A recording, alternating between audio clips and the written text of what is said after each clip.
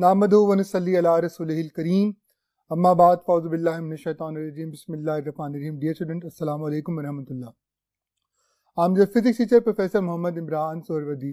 Students, उम्मीद करता हूँ आप सब खैरियत से होंगे। स्टूडेंट्स, आज का हमारा लेक्चर बहुत ही क्रूशल, बहुत इंपॉर्टेंट है। That is related to the second division of unit 1। So let's move to the whiteboard without any delay to have a very thorough discussions. जी डियर स्टूडेंट्स, आज का मेरा ये जो लेक्चर है that is related to unit number 1 part B and you can call it that it is lecture number 13 of the national MDCAT series जो हम आप लोगों को इंशाल्लाह तैयार करवा रहे हैं। स्टूडेंट्स, आज के लेक्चर में हम बहुत इंपॉर्टेंट पॉइंट्स देखेंगे। They are related to momentum, then impulse हम देखेंगे, उसके बाद हम बात करेंगे rate of change of momentum की, then we will go on towards the collision. और आप सब अच्छी तरह से जानते हैं सबसे पहली बात होगी कुलियन से पहले law of conservation of linear momentum की। Law of conservation of linear momentum के बाद इंशाल्लाह ताला हम फिर बड़ी डिटेल में देखेंगे इलास्टिक कुलियन, इनइलास्टिक कुलियन, एंड उसके बाद हमारे पास टॉपिक आपको पता स्पेशल केसेस आते हैं। And in the last that is the most important thing, the one and only topic which is a very famous. और तमाम स्टूडेंट्स को इंशाअल्लाह आई एम वेरी होपफुल कि आज मेरे लेक्चर से ये सारा कुछ बहुत अच्छी तरह क्लियर कट हो जाएगा कि इन टॉपिक्स में से कैसे क्वेश्चन आते हैं। वो लास्ट टॉपिक है दैट इज प्रोजेक्टाइल मोशन। तो इब्तिदा करता हूँ, गौर कीजिएगा प्लीज। और first topic that is momentum. Students, national MDCAT में बात का ऐसा होता है कि फिजिक्स की डेफिनेशन आ जाती हैं, तो हम छोटे छोटे पॉइंट्स को भी इंशाअल्लाह साथ लेकर चलेंगे। सबसे पहली बात, डेफिनेशन की बात की जाए तो that is the quantity of motion of a body, यानी किसी बॉडी में मोशन की जो क्वांटिटी होती है हम उसको मोमेंटम का नाम देते हैं। और अगर बात इसके फॉर्मूला की कर ली जाए that it is the product of two things, mass and the velocity. Momentum is a vector quantity. आप देख सकते हैं मैंने मास को वेलोसिटी से मल्टीप्लाई किया। यूनिट्स क्या होंगे? मास का यूनिट होता है किलोग्राम और वेलोसिटी का यूनिट होता है मीटर पर सेकंड। इसके अलावा एक और बहुत अहम फॉर्मूला जो कि इसके दूसरे यूनिट्स की तरफ हमें लेके जा सकता है, that is what? That is equal to the rate of change of the linear momentum is always equal to the applied force. ये फॉर्मूला भी हमें बहुत ही अच्छी तरह से आना चाहिए क्योंकि नेशनल एमडीकैट में हमारे यूनिट 1 की जो बीटा, जो सेकेंड जो डिवीजन जिसको हम लोग कर रहे हैं, उसमें हमारे पास चूंकि लीनियर मोमेंटम इन्वॉल्व हो गया और इसकी फर्स्ट डिवीजन में फोर्स थी, तो दोनों का बहुत गहरा ताल्लुक है। तो याद रखिएगा, जब भी किसी भी सिस्टम का मोमेंटम चेंज हो रहा होगा तो अगर मैं rate of change of momentum की बात करूं that is going to be always equal to the applied force. अगर मैं यहां से चेंज इन मोमेंटम को मालूम करूं तो डेल्टा टी वहां जाके फोर्स के साथ मल्टीप्लाई हो जाएगा। डेल्टा पी क्या आ जाएगा? That is merely the product of force and the time interval. यानी अगर किसी ऑब्जेक्ट पर कोई फोर्स एग्जर्ट होती है for time interval delta T, तो फिर इसका मोमेंटम में जो चेंज आता है दैट इज डेल्टा पी। तो उस मोमेंटम के चेंज को अगर आपको कैलकुलेट करना हो तो सिंपली आप फोर्स और टाइम का प्रोडक्ट ले लेंगे। स्टूडेंट्स, याद रखिएगा इस चेंज इन मोमेंटम को हमारी टेक्स्ट बुक में इम्पल्स का नाम भी दिया गया है। अब मैं आपसे एक क्वेश्चन करना चाहता हूं, अगर मैं टेम्परेचर डिफरेंस मालूम करना चाहूं तो उसका फॉर्मूला क्या होगा? Delta T is equal to T2 minus T1। मुझे एक बात बताइए, ये चेंज इन टेम्परेचर जो फिजिकल क्वांटिटी हमारे पास आती है, ये कोई और क्वांटिटी आती है, टेम्परेचर ही आती है? टेम्परेचर इसी तरह से, इसका मतलब जब भी आप दो सिमिलर क्वांटिटीज का डिफरेंस लेते हैं, यानी वेलोसिटीज का डिफरेंस V2 माइनस V1, आपके पास चेंज इन वेलोसिटी वो एक वेलोसिटी होगी। इसी तरह से अगर फोर्सेस को माइनस करेंगे तो हमारे पास फोर्स ही आएगी। तो सिमिलरली अगर मेरे पास डेल्टा पी की बात की जाए तो वो क्या है? That is change in momentum, it will give you a particular momentum. तो चेंज इन मोमेंटम भी बेसिकली मोमेंटम ही होता है। मैं बात कर रहा था the second unit of the momentum के, एक तो हमने देख लिया किलोग्राम मीटर पर सेकंड, दूसरा यूनिट यहां से निकलेगा। देखिए, फोर्स का यूनिट होता है न्यूटन और टाइम का यूनिट होता है सेकंड। तो आपने याद रखना है कि बाद का ऐसा होता है कि पेपर में बहुत ही सिंपल क्वेश्चन आता है that which of the following is the unit of linear momentum, और अल्फा ऑप्शन में हमारे पास किलोग्राम मीटर पर सेकंड होता है और बच्चे फौरन से पहले अल्फा ऑप्शन को सिलेक्ट कर लेते हैं। दे हार्डली बॉदर टू सी कि आपके पास ऑप्शंस में न्यूटन सेकंड भी प्रोवाइडेड था। स्टूडेंट्स, एंटी टेस्ट बेसिकली सबर का एक इम्तहान होता है कि आपने तमाम ऑप्शंस को पढ़ने के बाद फिर आपने डिसाइड करना होता है कि सही ऑप्शन कौन सी है। जब तक आप सारी ऑप्शन नहीं पढ़ लेंगे तब तक मेरी आपसे यही रिक्वेस्ट एडवाइस है कि आप कभी भी ऑप्शन को सिलेक्ट नहीं करेंगे। तो इसका मतलब यूनिट्स की अगर बात की जाए तो हमारे पास न्यूटन के मोमेंटम के 2 यूनिट्स हो गए, kilogram metre per second and the other one is Newton second. अभी मैंने आपसे शेयर किया बहुत important formula, rate of change of momentum हमेशा इसके इक्वल होगा अप्लाइड फोर्स। कैसे लिखा जाता है? F is equal to delta P over delta T. आइए इससे रिलेटेड एंटीटेस्ट फॉर्मेट पे बार बार रिपीट होने वाला सबसे ज्यादा इंपॉर्टेंट और मशहूर सवाल देखते हैं। For a freely falling body, यानी कीवर्ड वो जब भी फ्रीली फॉलिंग बॉडी की बात करेगा तो याद रखिएगा फ्रीली फॉलिंग बॉडी उस बॉडी को कहते हैं कि जिस पर सिर्फ एक ही फोर्स एक्ट करती है, दैट इज ग्रेविटी और the weight of the body. क्या पूछ रहा है? For a freely falling body the rate of change of momentum क्या होगा? तो मैं अभी आपसे शेयर कर चुका हूं कि rate of change of momentum का इन शॉर्ट सिंपल नेम क्या है? That is applied force. तो मैंने अभी आपको बताया कि जब भी कीवर्ड वो बोलेगा फ्रीली फॉलिंग बॉडी तो आपने हमेशा याद रखना है कि फ्रीली फॉलिंग जो बॉडी होती है उस पर सिर्फ एक ही फोर्स एक्ट करती है, दैट इज ग्रेविटी और the weight of the body. तो इसका मतलब इसका जवाब क्या होगा? अल्फा होगा, that is equal to mg। Students क्यों? क्योंकि फ्रीली फॉलिंग बॉडी एक ऐसी बॉडी है जिस पर हमेशा फोर्स जो एक्ट करती है वो वेट के इक्वल होती है। वेट क्या होता है? W is equal to mg। तब बॉडी की एक्सेलरेशन g के इक्वल होती है, तब rate of change of momentum लाजिमन उसके वेट के इक्वल ही होगा। Students, so this is something you'll have to remember it. It is the most important MCQs. ये बार बार एंटीटेस्ट फॉर्मेट में रिपीट होता है और इट मे बी पॉसिबल कि इस साल नेशनल एमडी कैट का हमारा जो टेस्ट होने जा रहा है उसमें ये एमसीक्यूज आपसे एक दफा दोबारा पूछा जाए। जी डियर स्टूडेंट्स, अब एक बहुत इंपॉर्टेंट टॉपिक की तरफ मैं आपको लेके जा रहा हूँ। स्टूडेंट्स, एंटीटेस्ट में बात का ऐसा होता है कि जो लर्निंग आउटकम्स हमें दिए जाते हैं वो डिफरेंट यूनिट्स को आपस में मिक्स करके कोई एक एमसीक्यू डेवलप कर लेता। तो जब मोमेंटम की बात की जाती है जिसका formula P is equal to mvs में मास भी और वेलोसिटी भी है, तो फिर एक और क्वांटिटी याद रखिएगा हमारे पास दैट इज वर्क और एनर्जी, जिसका फॉर्मूला होता है काइनेटिक एनर्जी का हाफ mv²। उसमें भी मास और वेलोसिटी जो है उनका आपस में रिलेशन बनता है। तो इसका मतलब अगर मोमेंटम के फॉर्मूला में मास और वेलोसिटी और काइनेटिक एनर्जी के फॉर्मूला में भी मास और वेलोसिटी ही रोल प्ले करें तो क्या मोमेंटम और काइनेटिक एनर्जी को आपस में एक दूसरे की शक्ल में लिखा जा सकता है? और हो सकता है ऐसा पॉसिबल है और कई दफा ऐसा हुआ है कि एंटीटेस्ट फॉर्मेट में इनसे रिलेटेड क्वेश्चन आते हैं। तो मैं आप लोगों को इंशाल्लाह ताला जो जितने भी क्वेश्चन हैं जो आ सकते हैं उसके लिए मैं शॉर्टकट फॉर्मूला इंशाल्लाह आपसे शेयर करने जा रहा हूँ।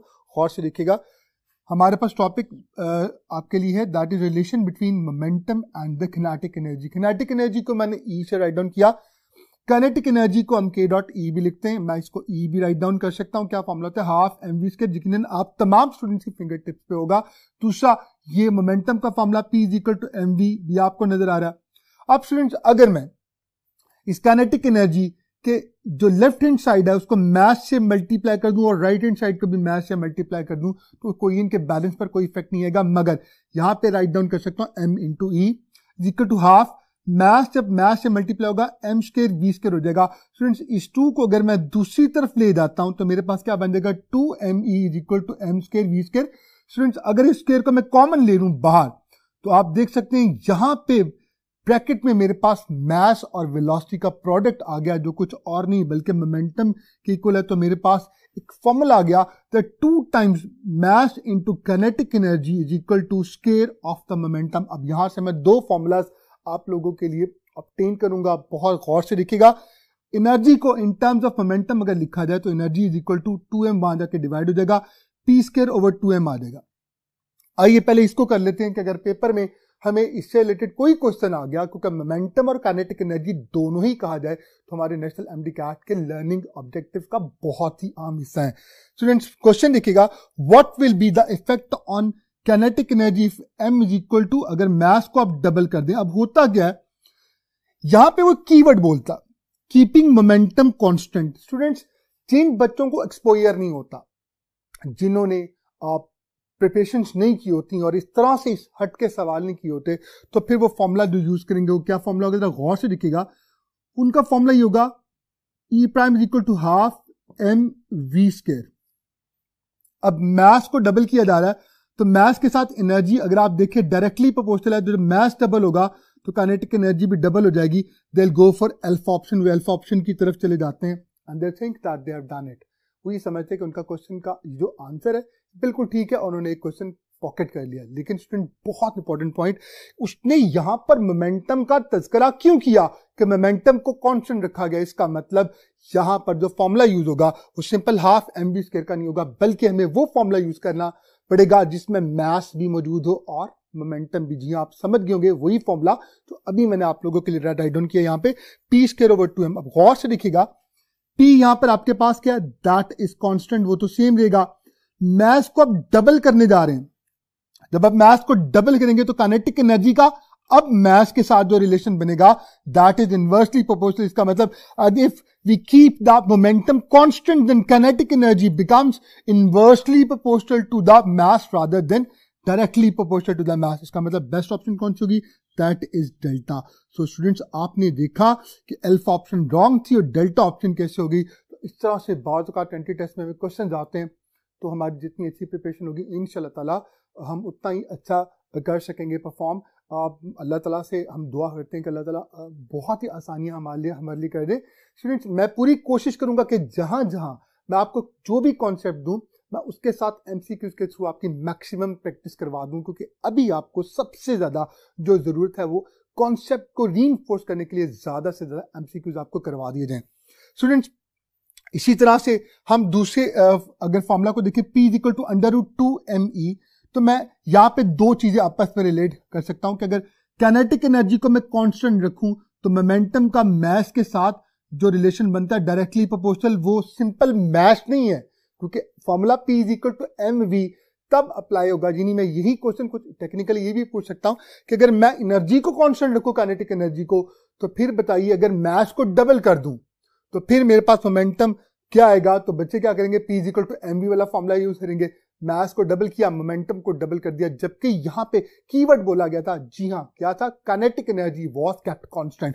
तो ये फॉर्मूला आप यूज करेंगे काइनेटिक एनर्जी कांस्टेंट. तो फिर मास को जब आप डबल करेंगे तो मास के अंडर रूट के साथ वो डायरेक्टली प्रोपोर्शनल है, तो √2 टाइम्स मोमेंटम इंक्रीज होगा, 2 टाइम्स इंक्रीज नहीं होगा. तो बहुत इंपॉर्टेंट ये पॉइंट आपने याद रखना है. दूसरा, अगर मास को कांस्टेंट रखा जाए तो फिर मोमेंटम काइनेटिक एनर्जी के अंडर रूट के कहा जाए के साथ डायरेक्टली प्रोपोर्शनल है. और अगर एक ही वक्त में ये दोनों चेंज होते हैं तो बहुत सिंपल हो गया. ये मास को भी अगर डबल कर दिया जाए और एनर्जी को भी डबल कर दिया जाए तो फिर क्या होगा, 2 टू द 4 और अंडर रूट के बाद जब 4 आएगा तो डबल मोमेंटम डबल हो जाएगा. तो ये बहुत इंपॉर्टेंट पॉइंट से जो मैंने आपसे शेयर किए, आई होप आपको क्लियर हो गए होंगे. आइए अब नेक्स्ट टॉपिक्स करने के लिए, कुछ और एमसीक्यूज करने के लिए, नई चीजें देखने के लिए हम नेक्स्ट बोर्ड की तरफ स्विच करते हैं. जी स्टूडेंट्स, हमारा नेक्स्ट टॉपिक एक और बहुत ही ज्यादा अहमियत का हमें टॉपिक है, that is law of conservation of momentum. सबसे पहले स्टूडेंट्स हमें ये पता होना चाहिए कि law of conservation of momentum को अगर अप्लाई किया जाए तो कहां कहां ये एप्लीकेबल होता. तो देखिएगा, law of conservation of linear momentum is applicable only on an isolated system. अब आइसोलेटेड सिस्टम किसको कहते हैं, जिस पर लगने वाली एक्सटर्नल फोर्स जीरो.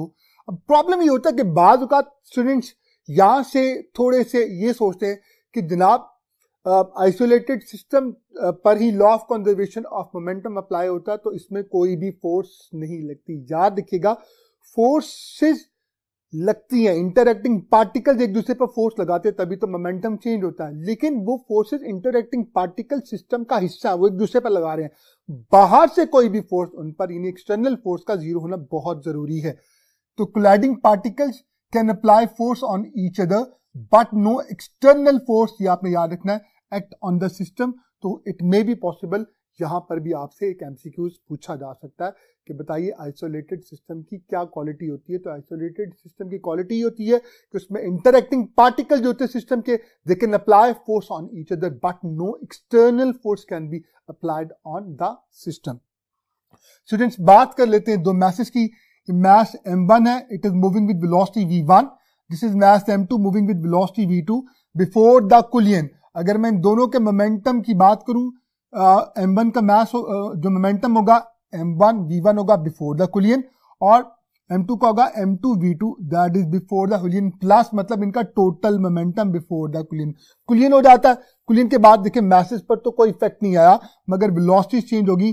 पहले की वेलोसिटी V1 से क्या होगी, दैट इज V1 प्राइम, दूसरे की वेलोसिटी V2 से V2 प्राइम होगी। तो अब मोमेंटम में भी चेंज आया, लेकिन ये मोमेंटम में जो चेंज आया ये इंडिपेंडेंट पार्टिकल्स का जो पहला पार्टिकल था मास M1 वाला, उसका मोमेंटम बन गया M1 V1 प्राइम और दूसरे वाले का मोमेंटम हो गया M2 V2 प्राइम। स्टूडेंट्स अगर मैं according to law of conservation of linear momentum बात करूं तो याद रखिएगा the total momentum before the collision of interacting particles must be equal to the total momentum of the interacting particles after the collision. तो मैं इसको इससे भी लिख सकता हूं M1 V1 plus M2 V2 is equal to M1 V1 prime plus M2 V2 prime. अब ये बात आपको फिंगर टिप्स पे है, मगर मैं आपको क्यों रिवाइज करवा रहा हूं, क्योंकि ये सारी चीजें एक सीक्वेंस पे जब मैं लेके चलूंगा तो आप देखेंगे कि इन तमाम चीजों को इंशाल्लाह हम आगे अप्लाई करेंगे। तो that is the most important thing, stay tune with me.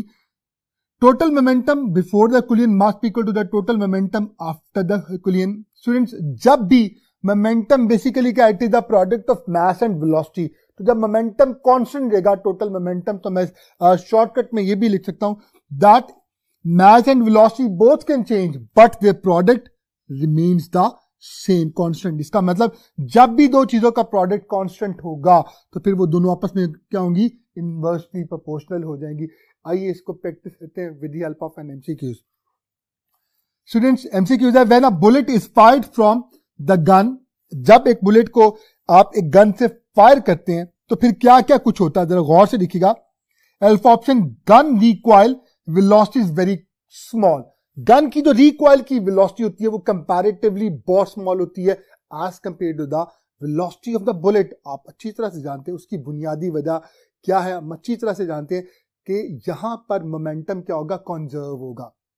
Momentum conserve होगा, जितने मोमेंटम के साथ बुलेट फॉरवर्ड मूव करेगी उतने ही मोमेंटम के साथ गन रिकॉइल होगी। मगर मोमेंटम किसको कहते हैं, it is the product of mass and velocity. अब गन का मास बहुत बड़ा, तो इसका मतलब उसका जो प्रोडक्ट होगा mv, वो बुलेट का मास, इसका मास बहुत छोटा, उसके प्रोडक्ट mv के अगर बराबर होना और लाजमी बराबर होगा टू कंजर्व द मोमेंटम। फिर याद रखिएगा जिसका मास बड़ा होगा उसकी वेलोसिटी छोटी होगी और जिसका मास छोटा होगा उसकी वेलोसिटी बड़ी होगी। तो अल्फा ऑप्शन बिल्कुल ठीक है, लेकिन आप टिक नहीं करेंगे, सारी ऑप्शंस को देखेंगे। बीटा, bullet being smaller in the mass has a larger velocity. Obviously यही बात मैंने आपसे शेयर की, बिल्कुल ठीक है। Both are same momentum. Students यही तो बात है, दोनों का मोमेंटम क्या होगा, सेम होगा। जितने मोमेंटम के साथ बुलेट फॉरवर्ड मूव करेगी उतने मोमेंटम के साथ the gun will recoil back, ये भी ठीक है। तो फिर बेस्ट ऑप्शन कौन सी है, that is delta all of these. तो आई होप कि इसमें आपको क्लियर हुआ होगा। स्टूडेंट नेक्स्ट क्वेश्चन देखते हैं, क्योंकि हमारी कोशिश होगी कि ज्यादा से ज्यादा एमसीक्यूज आपको करवा के प्रैक्टिस करवाई जाए। ठीक स्टूडेंट्स, आइए नेक्स्ट क्वेश्चन की तरफ चलते हैं। हमारा next question, a fighter plane chasing another opens fire then. अब बड़ी सिंपल सी बात है, अभी आपने गन और बुलेट के हवाले से ये बात देखी है कि जितने मोमेंटम के साथ बुलेट फॉरवर्ड मूव करती है उतने मोमेंटम के साथ कहा जाए गन इट रिकॉइल्स बैक। तो अगर एक फाइटर जेट दूसरे को चेज कर और it open the fire, automatically उस पर एक बैकवर्ड एक फोर्स लगती है जिसकी वजह से उसकी वेलोसिटी को क्या होना चाहिए, कम होना चाहिए। तो देखिएगा इट्स स्पीड विल इंक्रीज, जी ने उसकी स्पीड डिक्रीज करेगी। तो beta option, its speed will decrease, that is the best option. Its speed will remain same नहीं होगा, इट विल ऑब्वियसली यहाँ पे हमारे पास ऑप्शन जो बेस्ट बनती है that is it will gain momentum. तो मोमेंटम गेन नहीं करेगा, obviously that is the most important thing. तो बेस्ट ऑप्शन आपके पास कौन सी होगी, that is the beta option. हमारा next topic that is the most important topic, elastic and inelastic collision. Elastic collision किसको कहते हैं स्टूडेंट्स, कुछ इंपॉर्टेंट पॉइंट याद रखिएगा। इलास्टिक कुलियन वो होता है जिसमें मोमेंटम कंजर्व होता है, काइनेटिक एनर्जी कंजर्व होती है और सबसे important point total energy conserve होती है। बाज का तो टोटल एनर्जी की कीवर्ड एनर्जी भी बोलता है, तो बच्चे कंफ्यूज हो जाते हैं, बच्चे समझते हैं शायद एनर्जी से मुराद काइनेटिक एनर्जी है। स्टूडेंट्स काइनेटिक एनर्जी को काइनेटिक एनर्जी पर्टिकुलरली बोला जाता है और यहाँ पे हम एनर्जी जब भी बोलेंगे इलास्टिक कुलियन में या इनइलास्टिक कुलियन में that is the total energy. तो इसमें सारी चीजें कंजर्व होंगी, मोमेंटम भी कंजर्व, काइनेटिक एनर्जी भी कंजर्व, टोटल एनर्जी भी कंजर्व। अब टोटल एनर्जी के कंजर्व होने से मुराद क्या है, देखिए हम अच्छी तरह से जानते हैं, हमने law of conservation of energy पढ़ा था that the energy can neither be created nor can be destroyed and but it changes from one form to the other form. तो हमारे पास सबसे इंपॉर्टेंट पॉइंट ये कि चाहे इलास्टिक कुलियन हो चाहे इन इलास्टिक कुलियन हो, टोटल एनर्जी हमेशा करेगी दैट इज कंजर्व्ड, क्योंकि टोटल एनर्जी हमेशा पूरी यूनिवर्स की बात की जाती है। यहाँ पे इलास्टिक कुलियन में जब कुलियन होगा तो आपको मालूम है कोई एनर्जी लॉसेज नहीं होंगे। जब कोई एनर्जी लॉसेज नहीं होंगे तो एनर्जी लॉसेज ज्यादातर जो होते हैं वो दो शक्ल में होते हैं, साउंड की शक्ल में और हीट की शक्ल में। तो ना तो साउंड प्रोड्यूस होगी और ना ही हीट जनरेट होगी। अब अगर मैं कॉन्ट्रेरी बात करूं, इन इलास्टिक कुलियन की बात कर लेते हैं। मोमेंटम इसमें भी कंजर्व होगा, बहुत इंपॉर्टेंट पॉइंट कि momentum conservation does not depend upon the kind of the कुलियन। इसका मतलब मोमेंटम इलास्टिक में भी कंजर्व था और इन इलास्टिक में भी कंजर्व था। सबसे इंपॉर्टेंट पॉइंट, टोटल एनर्जी यहां पे भी कंजर्व होगी मगर काइनेटिक एनर्जी यहां पे कंजर्व नहीं होगी, क्योंकि साउंड भी प्रोड्यूस होगा और हीट भी जनरेट होगी। टोटल एनर्जी क्यों कंजर्व होगी? क्योंकि वो तो पूरी यूनिवर्स की बात कर रहे हैं। तो अगर हीट एंड साउंड की शक्ल में एनर्जी लॉसेस हो भी जाए तो कहां गए? यूनिवर्स में रहे, तो टोटल एनर्जी पर कभी भी इफेक्ट नहीं आता। ये बहुत अहम नुकता है जिसे आपने याद रखना है। आइए इसकी प्रैक्टिस करते हैं एक एमसीक्यू से। इन इलास्टिक कुलियन, बात हो रही है इन इलास्टिक कुलियन की। तीन ऑप्शन हैं, मोमेंटम इज कंजर्व्ड, इसको उसने 1 का नाम दिया, एनर्जी इज कंजर्व्ड, इसको उसने 2 का नाम दिया, और काइनेटिक एनर्जी इज कंजर्व्ड। आप देख सकते हैं जहां पर उसने एनर्जी बोला तो यकीनन एनर्जी से मुराद उसकी क्या होगी? That is equal to total energy. तो क्या कह रहा है? Which of the following is correct, बताइए इन इलास्टिक कुलियन में इनमें से कौन सी चीज ठीक है। अब स्टूडेंट्स क्या करते हैं? स्टूडेंट्स सिर्फ ये समझते हैं मोमेंटम ही कंजर्व होगा और वो सेकंड के ऊपर गौर नहीं करते। देखें एनर्जी भी कंजर्व होती है जिसको हम टोटल एनर्जी का नाम देते हैं। तो बच्चे अल्फा ऑप्शन की तरफ जाते हैं कि 1 ओनली जी, यहां पे तो सिर्फ मोमेंटम कंजर्व होगा। ऐसा नहीं है, हमारे पास 1 मोमेंटम भी कंजर्व है और 2 एनर्जी भी कंजर्व है, मगर इन इलास्टिक में काइनेटिक एनर्जी कंजर्व नहीं है। तो हम उस ऑप्शन की तरफ जाएंगे जहां 1 और 2 लिखा हो, तो आप देख सकते हैं that is present in the delta option. Students आइए अब नेक्स्ट क्वेश्चन करने के लिए और मजीद टॉपिक्स देखने के लिए हम नेक्स्ट पॉइंट की तरफ स्विच करते हैं। जी डियर स्टूडेंट्स, आइए स्टार्ट करते हैं। स्टूडेंट्स अब you can see that we are having two masses m1 and m2। m1 की velocity before the collision was v1 और m2 की थी v2। After the collision the velocity changes and become v1 prime for m1 and for m2 it become v2 prime. सबसे important point ये कि speed of approach और speed of separation से related कुछ question entry test में पूछे जाते हैं। और प्रॉब्लम ये होता है कि बाज़ औक़ात हमारे स्टूडेंट्स को स्पीड ऑफ अप्रोच और स्पीड ऑफ सेपरेशन का अंदाजा नहीं होता। स्पीड ऑफ अप्रोच जैसे नाम से जाहिर है वो स्पीड जिसके साथ m1 और m2 एक दूसरे की तरफ आते हैं उसे स्पीड ऑफ अप्रोच का नाम दिया जाता है। स्टूडेंट्स देखिएगा यहाँ पे इसकी स्पीड v1 है, इसकी स्पीड v2 है। सपोज करता हूं ये उसको अप्रोच कर रहा है, उसकी स्पीड 20 मीटर पर सेकेंड है और वो भी मूव कर रहा है, उसकी स्पीड 5 मीटर पर सेकेंड है। तो ये v1 v2 mess m1 m2 को जो अप्रोच करेगा वो कैसे मालूम करेंगे कि स्पीड के साथ अप्रोच करेगा। स्पीड ऑफ अप्रोच कहते हैं, उसमें आप क्या करेंगे v1 में से v2 को माइनस कर देंगे, यानी क्या आ जाएगा 20 - 5 and it will give you 15 metre per second. अब सबसे important point, speed of separation किसको कहते हैं? जब कुलियन हो गया दोनों सेपरेट होंगे तो जिस स्पीड के साथ दोनों एक दूसरे से दूर जाएंगे उसे स्पीड ऑफ सेपरेशन कहते हैं।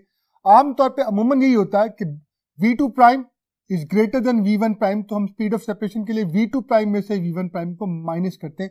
ये दो चीजें आपको क्लियर होनी चाहिए, that this is the most important thing. अब आइए चलते हैं कि स्पीड ऑफ अप्रोच और स्पीड ऑफ सेपरेशन के हवाले से एंटी टेस्ट में इलास्टिक और इन इलास्टिक कुलियन के कॉन्सेप्ट को पेश नजर रखकर कैसे कैसे सवाल पूछे जा सकते हैं। फॉर इलास्टिक कुलियन आप सब जानते हैं इलास्टिक कुलियन में कोई भी एनर्जी लॉसेज नहीं होते, काइनेटिक एनर्जी कंजर्व होती है, मोमेंटम तो दोनों में कंजर्व होता है। तो काइनेटिक एनर्जी कंजर्व होने की वजह से कहा जाए, याद रखिएगा स्पीड ऑफ अप्रोच हमेशा बराबर होगा स्पीड ऑफ सेपरेशन। तो ये सबसे इंपॉर्टेंट पॉइंट था जो आपने इलास्टिक कुलियन के हवाले से याद रखना है कि जब भी इलास्टिक कुलियन होगा speed of approach speed of separation दोनों हमेशा हूबहू सेम होंगे, बराबर होंगे। इसका मतलब पेपर में ऐसे आ गया तब भी आपके पास एमसीक्यू का जवाब है। और अगर इन दोनों की रेशो पूछ ली जाए तो रेशो स्पीड अप्रोच को ऊपर रखा, स्पीड ऑफ सेपरेशन से डिवाइड किया, क्योंकि दोनों इक्वल है, दोनों कैंसिल आउट हो जाएंगे, अल्टीमेटली आंसर क्या आएगा, that will be equal to 1। और अगर मैं दोनों का डिफरेंस हूं, क्योंकि दोनों बराबर है तो डिफरेंस क्या आएगा, 0। तो इस तरह से मैं कोई भी सवाल पेपर में पूछा जा सकता है। ये बात होगी स्पीड ऑफ अप्रोच और स्पीड ऑफ सेपरेशन की किस हवाले से, कि अगर हमारे पास कुलियन इलास्टिक कुलियन है। अब बात करते हैं अगर कुलियन इनइलास्टिक कुलियन होता तो फिर क्या होता।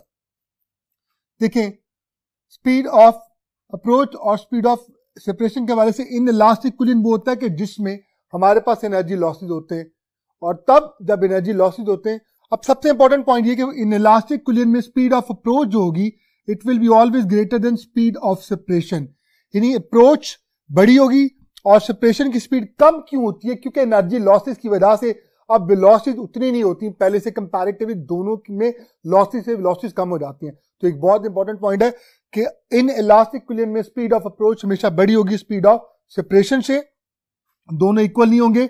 अगर मैं अप्रोच को ऊपर रखूं और सेपरेशन से डिवाइड करूं, that would be always greater than 1, क्योंकि न्यूमरेटर डिनोमिनेटर से यहां पर बड़ा हो गया। स्टूडेंट्स, स्पीड ऑफ अप्रोच और स्पीड ऑफ सेपरेशन को अगर मैं वैसे राइट डाउन करूं तो मैं ऐसे भी लिख सकता हूं, v1 minus v2 is equal to v2 prime minus v1 prime. और इसको एक और तरह से भी राइट डाउन किया जा सकता है कि अगर मैं v1 एक साइड पे कर लूं और v2 दूसरी तरफ, तो v1 plus v1 prime is equal to v2 plus v2 prime. तो ये दोनों तरह से आपको पूछा जा सकता है कि पेपर में ऑप्शंस में बन के आ सकता है कि बताइए इनमें से कौन सी स्पीड जो है वो स्पीड ऑफ अप्रोच है, कौन सी स्पीड ऑफ सेपरेशन है। और वो ये भी पूछ सकता है that during an elastic कुलियन what can be the possible relation between speed of approach and speed of separation. तो यहां से कोई भी क्वेश्चन आपसे पूछा जा सकता है। स्टूडेंट्स, अब बात कर लेते हैं elastic collision in one dimension में v1 प्राइम और v2 प्राइम के उन फॉर्मूलाज की जो कि हमारी टेक्स्ट बुक में हमने काफी कैलकुलेशंस के बाद प्रूव किए थे। अब मैं कोशिश करूंगा कि आपको शॉर्टकट वे में उन फॉर्मूलाज को याद करवा दूं ताकि पेपर में जब भी आए तो आप उनको डायरेक्टली रिमेंबर करके आसानी से अपनी न्यूमेरिकल वैल्यूज को कैलकुलेट कर सकें। स्टूडेंट्स, v1 प्राइम कहते हैं मास m1 की वेलोसिटी आफ्टर द कुलियन। अब देखिए यहाँ पे मैंने क्या प्लेस किया, v1 prime is equal to, मैंने दो डिवीजन के साइन प्लेस किए और इनके दरमियान सम है। स्टूडेंट्स, चूंकि दोनों पार्टिकल्स आपस में क्लाइड करते हैं तो आप बेस बनाएंगे मैसेज के सम को m1 plus m2, m1 plus m2। इसी तरह v2 प्राइम में भी आप बेस में m1 प्लस m2 प्लेस करेंगे, यहां पर भी m1 प्लस m2। तो आई होप ये चीज तो आपको याद होगी। अब यहां पर सेकंड वाला जो फैक्टर है यहां पे भी आप 2 प्लेस करेंगे, v2 प्राइम में भी 2 प्लेस करेंगे। स्टूडेंट्स, v1 प्राइम की जब बात की जाएगी तो इसका जो सेकंड वाला फैक्टर है यहां पर ऊपर प्रोडक्ट लिखा जाएगा मास और वेलोसिटी का, यानी momentum of the second one, दूसरे का मोमेंटम लिखा जाएगा बिफोर द कुलियन m2 v2। और सिमिलरली v2 प्राइम के लिए यहां पे क्या जाएगा, the momentum of the first before the collision. तो आई होप ये चीजें आपको समझ आ गई होंगी। अब यहां पर क्या आएगा, अब जब मैं v1 प्राइम की बात करूंगा तो मैं उसका मैथ पहले लिखूंगा m1, और जब v2 प्राइम की बात करूंगा तो उसका मैथ पहले लिखूंगा m2। यहां पे माइनस का साइन आएगा और अब जो मैथ बच गया वो राइट डाउन कर दूंगा, m1 के बाद क्या आ जाएगा m2 और m2 के बाद क्या आ जाएगा m1। तो इस तरह से हम इन फॉर्मूलाज को आसानी से रिमेंबर कर सकते हैं। आई होप आप लोगों को याद हो गए होंगे। आइए अब कुछ स्पेशल केसेस की बात करते हैं। स्टूडेंट्स, नेशनल एमडी-कैट में चूंकि हमारे पास elastic collision in one dimension, उसके स्पेशल केसेस हमारे सिलेबस का हिस्सा हैं, तो ऐसा पेपर में मुमकिन है और यकीनन ऐसे होगा कि वो यहाँ से में डायरेक्टली क्वेश्चन पूछ सकता है। अभी क्वेश्चन कैसे आ सकते हैं जरा रिवाइज कर लेते हैं। स्पेशल केसेस में अगर दोनों का मास आपके पास सेम है, यानी दोनों जो मैसेज हैं जो आपस में क्लाइड कर रहे हैं जिनमें इलास्टिक कुलियन हो रहा है, दोनों का मास सेम हो तो मैं उसको एम बी राइट डाउन कर सकता हूं। तो फिर क्या होगा, they will simply interchange there velocity. तो आपने याद रखना है कि टकराने के बाद वो सिर्फ अपनी वेलोसिटीज को इंटरचेंज कर लेंगे। जैसे यहीं पर अगर मैं एग्जांपल लूं तो ये 20 मीटर पर सेकंड के साथ जा रहा था, ये 5 मीटर पर सेकंड के साथ जा रहा था। अगर दोनों के मैसेज सेम हो तो टकराने के बाद इसकी स्पीड क्या हो जाएगी 5 मीटर पर सेकंड और इसकी क्या हो जाएगी 20 मीटर पर सेकंड। तो एक बहुत इंपॉर्टेंट पॉइंट है जिसे आप लोगों ने हमेशा याद रखना है कि that if the masses of the cladding bodies that is identical, they are having the similar masses, then after the collision they will simply interchange their velocities. तो you must remember it। इसको mathematically कैसे write down कर सकता हूं, v1 prime m1 की velocity after the collision वो बन जाएगी जो कि m2 की वेलोसिटी बिफोर द कोलिजन थी v2, और m2 की velocity after the collision v2 prime वो बन जाएगी जो कि m1 की वेलोसिटी स्टार्ट में थी v1. तो they have simply interchange the velocities को आपने याद रखना. दूसरा important case, that is if mass 1 is much greater then mass m2. अगर पहला वाला जो मास है वो बहुत बड़ा है और दूसरा वाला मास जो है वो बहुत छोटा, और दूसरी इंपॉर्टेंट पॉइंट कि वो रेस्ट पर भी है, यानी सेकंड वाला जो ऑब्जेक्ट है, जो मैसिव बॉडी है, वो रेस्ट पर है. तो फिर क्या होगा, जरा गौर से देखिएगा. हमारे पास मास m1 आप देख सकते हैं, that is bigger in size. इसकी velocity before the collision it was v1. Mass m2 smaller in size है, वेलोसिटी क्या थी v2, और it was in the state of rest at rest. Students क्या होगा, हम पढ़ के आ चुके हैं, हमें दोबारा कैलकुलेट नहीं करना. हम अच्छी तरह से जानते हैं जो मैसिव बॉडी होगी उसकी वेलोसिटी पे कोई भी इफेक्ट नहीं होगा. इसका मतलब उसकी वेलोसिटी सपोज करेगा 10 मीटर पर सेकंड थी, तो कोलिजन के बाद भी v1 प्राइम v1 ही रहेगी, यानी 10 मीटर पर सेकंड ही रहेगी. जबकि यहां पे पेपर में आपको पूछा जा सकता है कि अगर एक मैसिव बॉडी जो है, और जरूरी नहीं है वो मैसिव बॉडी का जिक्र करे, हो सकता है वो पहली बॉडी के बारे में कहे कि उसका जो मास है 1 किलोग्राम है और जो दूसरी बॉडी है उसका मास 1 ग्राम है. अब 1 किलोग्राम और 1 ग्राम का डिफरेंस कितना है, 1000 ग्राम का डिफरेंस. आप सब जानते हैं 1 किलोग्राम में 1000 ग्राम्स होते हैं. इसका मतलब एक जो पहला मास है वो दूसरे से 1000 टाइम्स ग्रेटर है. तो अगर ऐसा भी मुमकिन है कि वो पेपर में आपको वैल्यूज की शक्ल में ये सारी चीजें दे दे, तो आपने वहां से इस बात को खुद ही कंक्लूड करना होगा कि वो कौन सा केस है. तो if you come to know that the first mass is much bigger as compared to the later one, और later one जो है वो रेस्ट पर है, तो फिर याद रखिएगा. फिर क्या होगा, एक बात तो आपने देख ली कि मैसिव बॉडी की वेलोसिटी में कोई भी चेंज नहीं आएगा, वो वही रहेगी. लेकिन जो छोटा वाला होगा, जो रुका हुआ होगा, उसके साथ क्या होगा, जरा गौर से देखिएगा. उसकी वेलोसिटी पहले वाले मास की, बड़े वाले मास से डबल हो जाएगी. यानी अगर उसकी 10 मीटर पर सेकंड थी आने वाले की, तो फिर इसकी वेलोसिटी होगी 2 into 10, that it becomes 20 meter per second. So this is the way how the question they can come in the paper and you must be ready for it.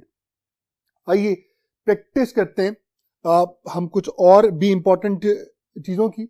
Students आप इसी तरह से ये भी केस आ सकता है paper में कि आप जानते हैं कि अगर फॉर एन एग्जांपल ऐसा होता है कि एक स्मॉलर मैस जो है वो एक बड़े मैस के साथ, जो थर्ड स्पेशल केस में बनता है, स्मॉलर मैस है वो बड़े मैस के साथ जाके टकराता है, लेकिन जो बड़ा मैस है वो रेस्ट पर है. तो फिर क्या होगा, फिर बड़े वाले मैस की वेलोसिटी पे कोई भी इफेक्ट नहीं होगा.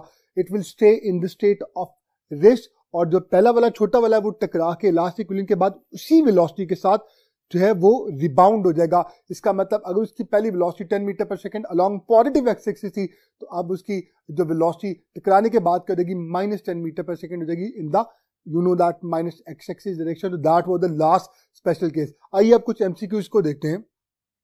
हमारा पहला MCQ related to this one. Two solid spheres form an isolated system.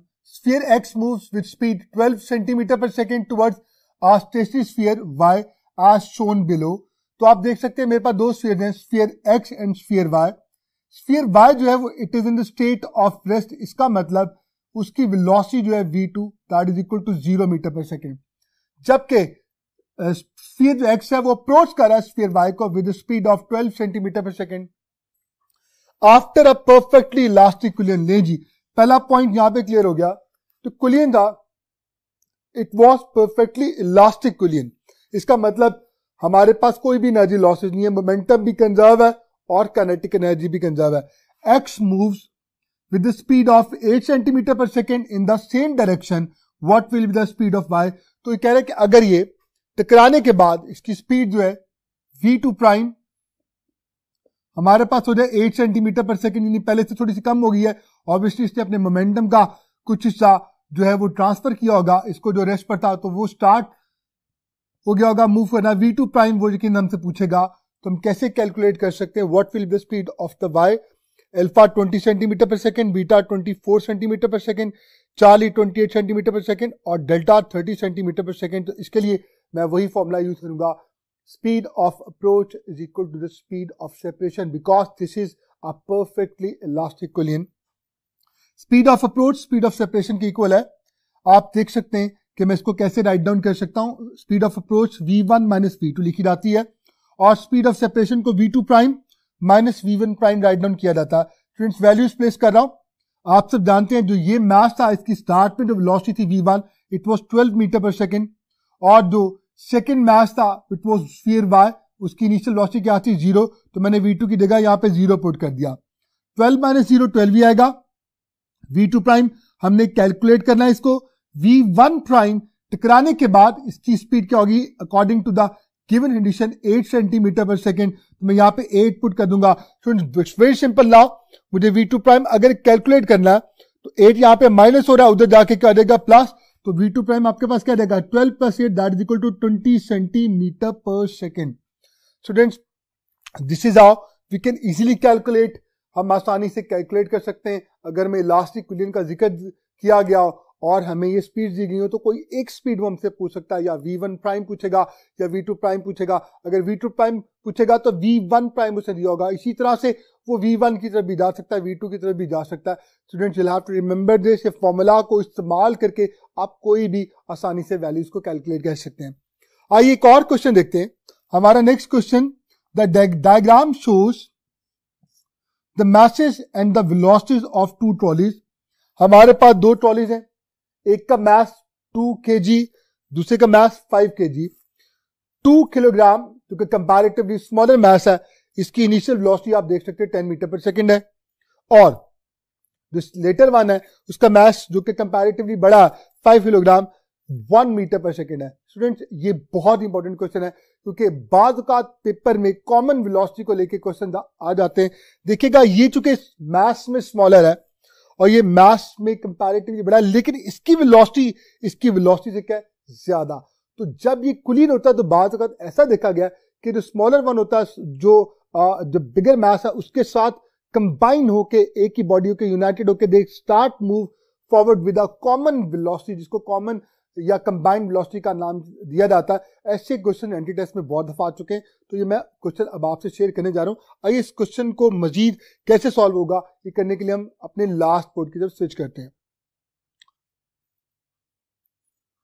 Ji students, आप उसी क्वेश्चन को कॉमन वेलोसिटी का जो क्वेश्चन है जो कि एंटी टेस्ट फॉर्मेट में बहुत दफा रिपीट हो चुका है, हम कैसे करेंगे, लेट्स सी।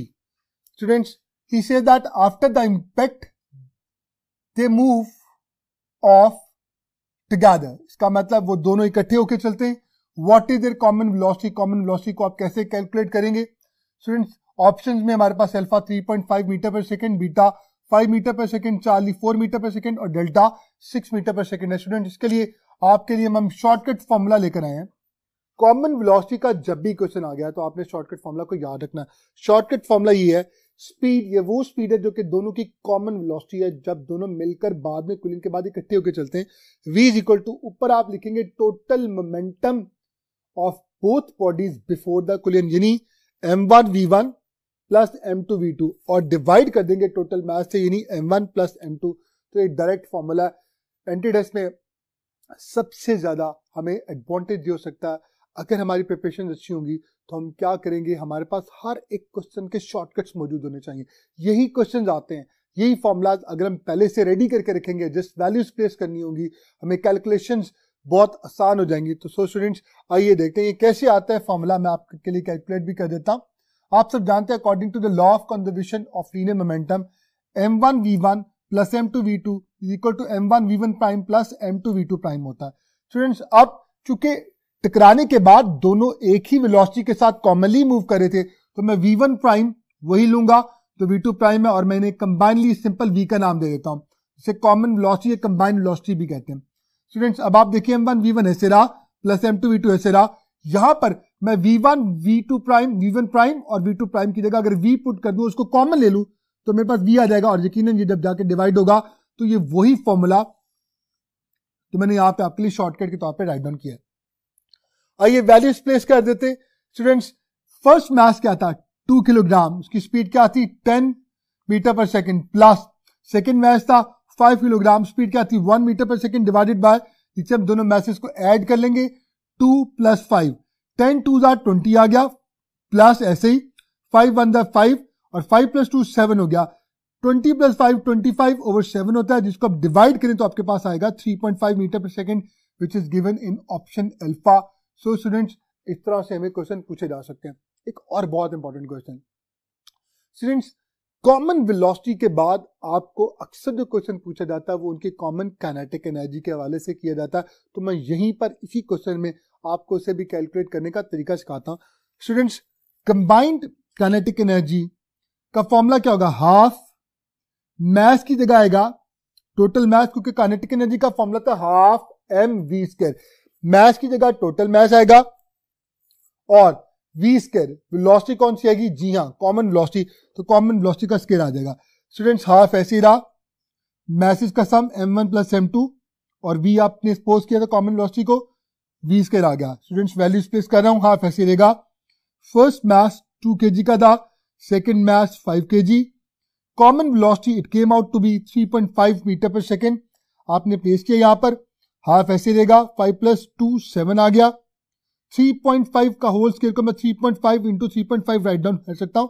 7 को अगर हाफ किया जाए तो हमारे पास फिर 3.5 ही आ जाता है। Students, 3.5 × 3.5 × 3.5 it will give you 42.875 joule. ये मैंने आपके लिए एक छोटी सी एग्जांपल सेट कर दी कि हमें बास का ऐसा होता है वो कॉमन वेलोसिटी नहीं पूछता, वो डायरेक्टली आपसे कॉमन या कंबाइंड काइनेटिक एनर्जी पूछता है। काइनेटिक एनर्जी कंबाइंड तब तक आप मालूम नहीं कर सकते जब तक आपके पास कॉमन वेलोसिटी नहीं होती। तो I have done it so that अगर पेपर में इंशाल्लाह ताला एनएमडी कैट में इस साल ये क्वेश्चन आता है तो आपके लिए बिल्कुल भी कोई प्रॉब्लम इंशाल्लाह नहीं होगी। स्टूडेंट्स, इसके बाद एक बहुत इंपॉर्टेंट टॉपिक, तो आप सब जानते हैं हमारे पास टॉपिक है मोमेंटम का। मैंने मोमेंटम का एक फॉर्मूला आपसे शेयर किया था, F = ΔP/ΔT, that rate of change of momentum is always equal to the applied force. और इसी से रिलेटेड एक और बहुत इंपॉर्टेंट फॉर्मूला एक टॉपिक में यूज होता है, ये भी आपसे एनएमडी कैट में पूछा जा सकता है, force due to water flow. Students, force due to water flow जो है उसका फॉर्मूला आता है F = -mv/t। यहां पे इंपॉर्टेंट पॉइंट याद रखिएगा, ये वो फोर्स है जो कि वाटर के मोमेंटम को चेंज करती है। वाटर mv मोमेंटम के साथ मूव कर रहा होता है, वो जाके वॉल के साथ टकराता है। पहले वाटर क्या करता है, वॉल पर एक फोर्स लगाता है जो कि है force by water fall on the wall. अब प्रॉब्लम ये है कि ये जो हमारे पास ये जो फोर्स आती है, जो तमाम स्टूडेंट्स को फिंगर टिप से होती है, F = -mv/t, ये बेसिकली वो फोर्स है जो कि वॉल लगा रही है वाटर पर, क्योंकि उसका मोमेंटम चेंज होके mv से -mv अल्टीमेटली चेंज आता है, वो ultimately it becomes like this. क्योंकि फाइनल वेलोसिटी 0 जाती है तो फाइनल मोमेंटम 0 होता है। पानी टकराने के बाद ऑब्वियसली जमीन पर बह जाएगा और अल्टीमेटली उसका मोमेंटम बाद में करेगा, इट विल बिकम 0।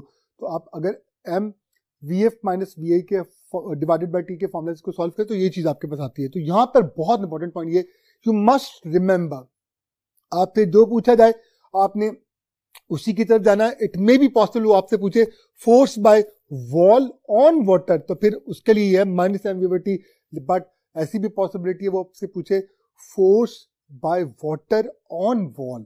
तो जो फोर्स वाटर वॉल पे लगाती है वो एक्शन और रिएक्शन के पेयर से अगर ये नेगेटिव है तो वो क्या होगा, वो पॉजिटिव होगा, वो mv/t होगी। तो ये बहुत इंपॉर्टेंट पॉइंट है which you need to remember it. Students, बात का ऐसा भी होता है, न्यूमेरिकल प्रॉब्लम्स हैं वो आपको यही फॉर्मूला आपसे यूज करवाता है, आपको कैलकुलेट करना पड़ता है वहां पे वो आपको मैच नहीं देता। कि वाटर की बात अगर कर लीजिए तो याद रखिएगा, वाटर का वो आपको देता है रेट ऑफ फ्लो, यानी वॉल्यूम ओवर टाइम। अब मैं अगर मैथ की जगह पुट करूं, आप सब जानते हैं मैथ का फॉर्मूला था वॉल्यूम इंटू डेंसिटी। इसी फॉर्मूला में अगर मैं इन दोनों में से अगर सिर्फ मैग्नीट्यूड की बात करूं, मैथ की जगह वॉल्यूम इंटू डेंसिटी पुट करूं तो मेरे पास मल्टीप्लाइड बाय वी ऐसे रहेगा, टाइम ऐसे रहेगा। वो हमें अक्सर पेपर में क्यूबिक मीटर पर सेकेंड के हवाले से एक क्वांटिटी दे देता है और हमें पता नहीं होता हमने इसको कैलकुलेट कैसे करना है। तो आपने यही फॉर्मूला यूज करना है। स्पीड आपको दी होगी, आपको v/t कंबाइन दिया होगा, डेंसिटी वो आपको कभी नहीं देगा। आप सब जानते हैं वाटर की डेंसिटी कितनी होती है, yes that is equal to 1000 kilogram per cubic metre. तो ये भी आपने बात याद रखनी है। तो it was a very important one. आइए क्वेश्चन देखते हैं। हमारा क्वेश्चन है water flows in a horizontal pipe strikes a wall, और वो वॉल पे जाके स्ट्राइक करता है। The force exerted by wall on water, wall on water, तो आप सब जानते हैं वॉल ऑन वाटर वाली फोर्स कौन सी थी, वो नेगेटिव थी, अल्फा आंसर आएगा minus mv over t। Next question, a body of momentum mv collides a wall elastically, इन एक बॉडी है वो मास mv के साथ मूव कर रही है और एक वॉल के साथ जाके क्लाइड करती है, तो फिर और कूलिंग कौन सा, इलास्टिक कूलिंग, यानी कोई भी एनर्जी का लॉसेज वहां पे नहीं है। The change in its momentum must be, momentum में क्या चेंज हो सकता, तो बहुत सिंपल है, बॉल की एग्जांपल ले लेते हैं। अगर इसका मोमेंटम mv था तो टकराने के बाद ये उसी मोमेंटम के साथ वापस आ जाएगा। अब ये था इसका इनिशियल मोमेंटम, फाइनल मोमेंटम चूंकि ऑपोजिट डायरेक्शन में है तो माइनस mv लिया जाएगा। जो ही आप चेंज इन मोमेंटम लेंगे, आप सब जानते हैं it is equal to final momentum minus initial momentum minus mv, it will give you -2 times mv। So आपका आंसर कौन सा बेस्ट है, that is equal to Charlie -2 mv। So we have done this question as well. Students, अब अपने next topics को देखने के लिए, जिसमें हमारा नेक्स्ट टॉपिक बहुत इंपॉर्टेंट टॉपिक है, दैट इज प्रोजेक्टाइल मोशन। आइए अपने बोर्ड को एक दफा दोबारा से स्टार्ट करते हैं। जी डियर स्टूडेंट्स, दोबारा से स्टार्ट कर रहा हूं। अब हमारा जो टॉपिक है it's a very important topic, that is projectile motion. So let's start. Students, projectile motion के हवाले से नेशनल एमडी कैट के तमाम स्टूडेंट्स जितने भी हैं, दे वेरी दैट कंसर्न, क्योंकि ये वो टॉपिक है जिसमें बहुत सारे कॉन्सेप्ट्स जो हैं दे प्रेजेंट ओवर देयर। तो इंशाल्लाह मैं पूरी कोशिश करूंगा कि मैं प्रोजेक्टाइल को बहुत डिटेल से, बड़ी डेप्थ में आपसे शेयर करूं। सबसे पहले बात कर लेते हैं इसकी डेफिनेशन की। एक प्रोजेक्टाइल क्या होता है, प्रोजेक्टाइल कहते हैं 2 डायमेंशनल मोशन को। इसका मतलब ये है कि वो ऑब्जेक्ट जो कि 2 डायमेंशनल मोशन रखता हो, एक्स एक्सिस के लॉन्ग भी मूव करे और वाई एक्सिस के लॉन्ग भी मूव करे, तो ऐसी मोशन को हम 2 डायमेंशनल मोशन कहते हैं। एक और बड़ा important point, it moves freely under the action of gravity, इसलिए इसको फ्रीली फॉलिंग ऑब्जेक्ट भी कंसीडर किया जा सकता है। तो ये सारे इंपॉर्टेंट पॉइंट्स हैं। पहला 2 डायमेंशनल मोशन, दूसरा are it move freely under the action of gravity, एक ही फोर्स एक्ट कर रही होती है इसकी during the motion, that is considered to be the weight of the body, या ग्रेविटी, इसलिए इसको फ्रीली फॉलिंग ऑब्जेक्ट भी कंसिडर किया जाता है। इसकी एग्जाम्पल ये कि अगर एक फुटबॉल को किक किया जाए, तो आप देख सकते हैं एक फुटबॉल है हमारे पास, अगर इसे किक किया जाएगा तो ये एक्स एक्सिस के अलॉन्ग कोई एंगल थीटा बनाएगा, और जब ये एक्स एक्सिस के अलॉन्ग कोई एंगल थीटा बनाएगा, इसकी कुछ इनिशियल वेलोसिटी होगी, तो इसकी वेलोसिटी के 2 कंपोनेंट्स डेवलप होंगे at the time of projection, V I Y जो इसको ऊपर लेके जाएगा, और वी आई एक्स जो इसको हॉरिजॉन्टल मोशन के अलॉन्ग लेके चलेगा। और फिर आप देख सकते हैं इसकी मोशन कुछ इस तरह से चलेगी, एक खास हाइट पर ये पहुंचेगा, उसके बाद इसका वापसी का सफर शुरू होगा। तो अपनी पूरी मोशन में अगर देखा जाए तो ये 2 तरह के डिस्टेंसेस कवर करता है, क्योंकि इसमें 2 वेलोसिटीज होती हैं, horizontal as well as vertical, दोनों कंपोनेंट्स होते हैं। एक्स एक्सिस के अलॉन्ग इसका जो डिस्टेंस होता है उसको रेंज कहा जाता है, और जिस मैक्सिमम वर्टिकल हाइट को ये अपनी फ्लाइट के ड्यूरिंग अटेन करता है उसको हाइट का नाम दिया जाता है। इसको बड़ी डिटेल में इंशाल्लाह हम देखेंगे, अभी जस्ट मैं इंट्रोडक्शन दे रहा हूँ। Students, in 2 dimension body has 2 components of velocity, मैंने भी आपसे शेयर किया, horizontal component and the vertical component, ये इंपॉर्टेंट पॉइंट था। It covers distances along X axis as well as along Y axis. Students, अब बात कर लेते हैं हमारी टेक्स्ट बुक में मौजूद प्रोजेक्टाइल मोशन के 2 कैटेगरीज की, 2 टाइप्स की। सो टाइप्स ऑफ प्रोजेक्टाइल में हमारे पास हमारी टेक्स्ट बुक में 2 प्रोजेक्टाइल हमें एक्सप्लेन किए गए, linear projectile and oblique projectile.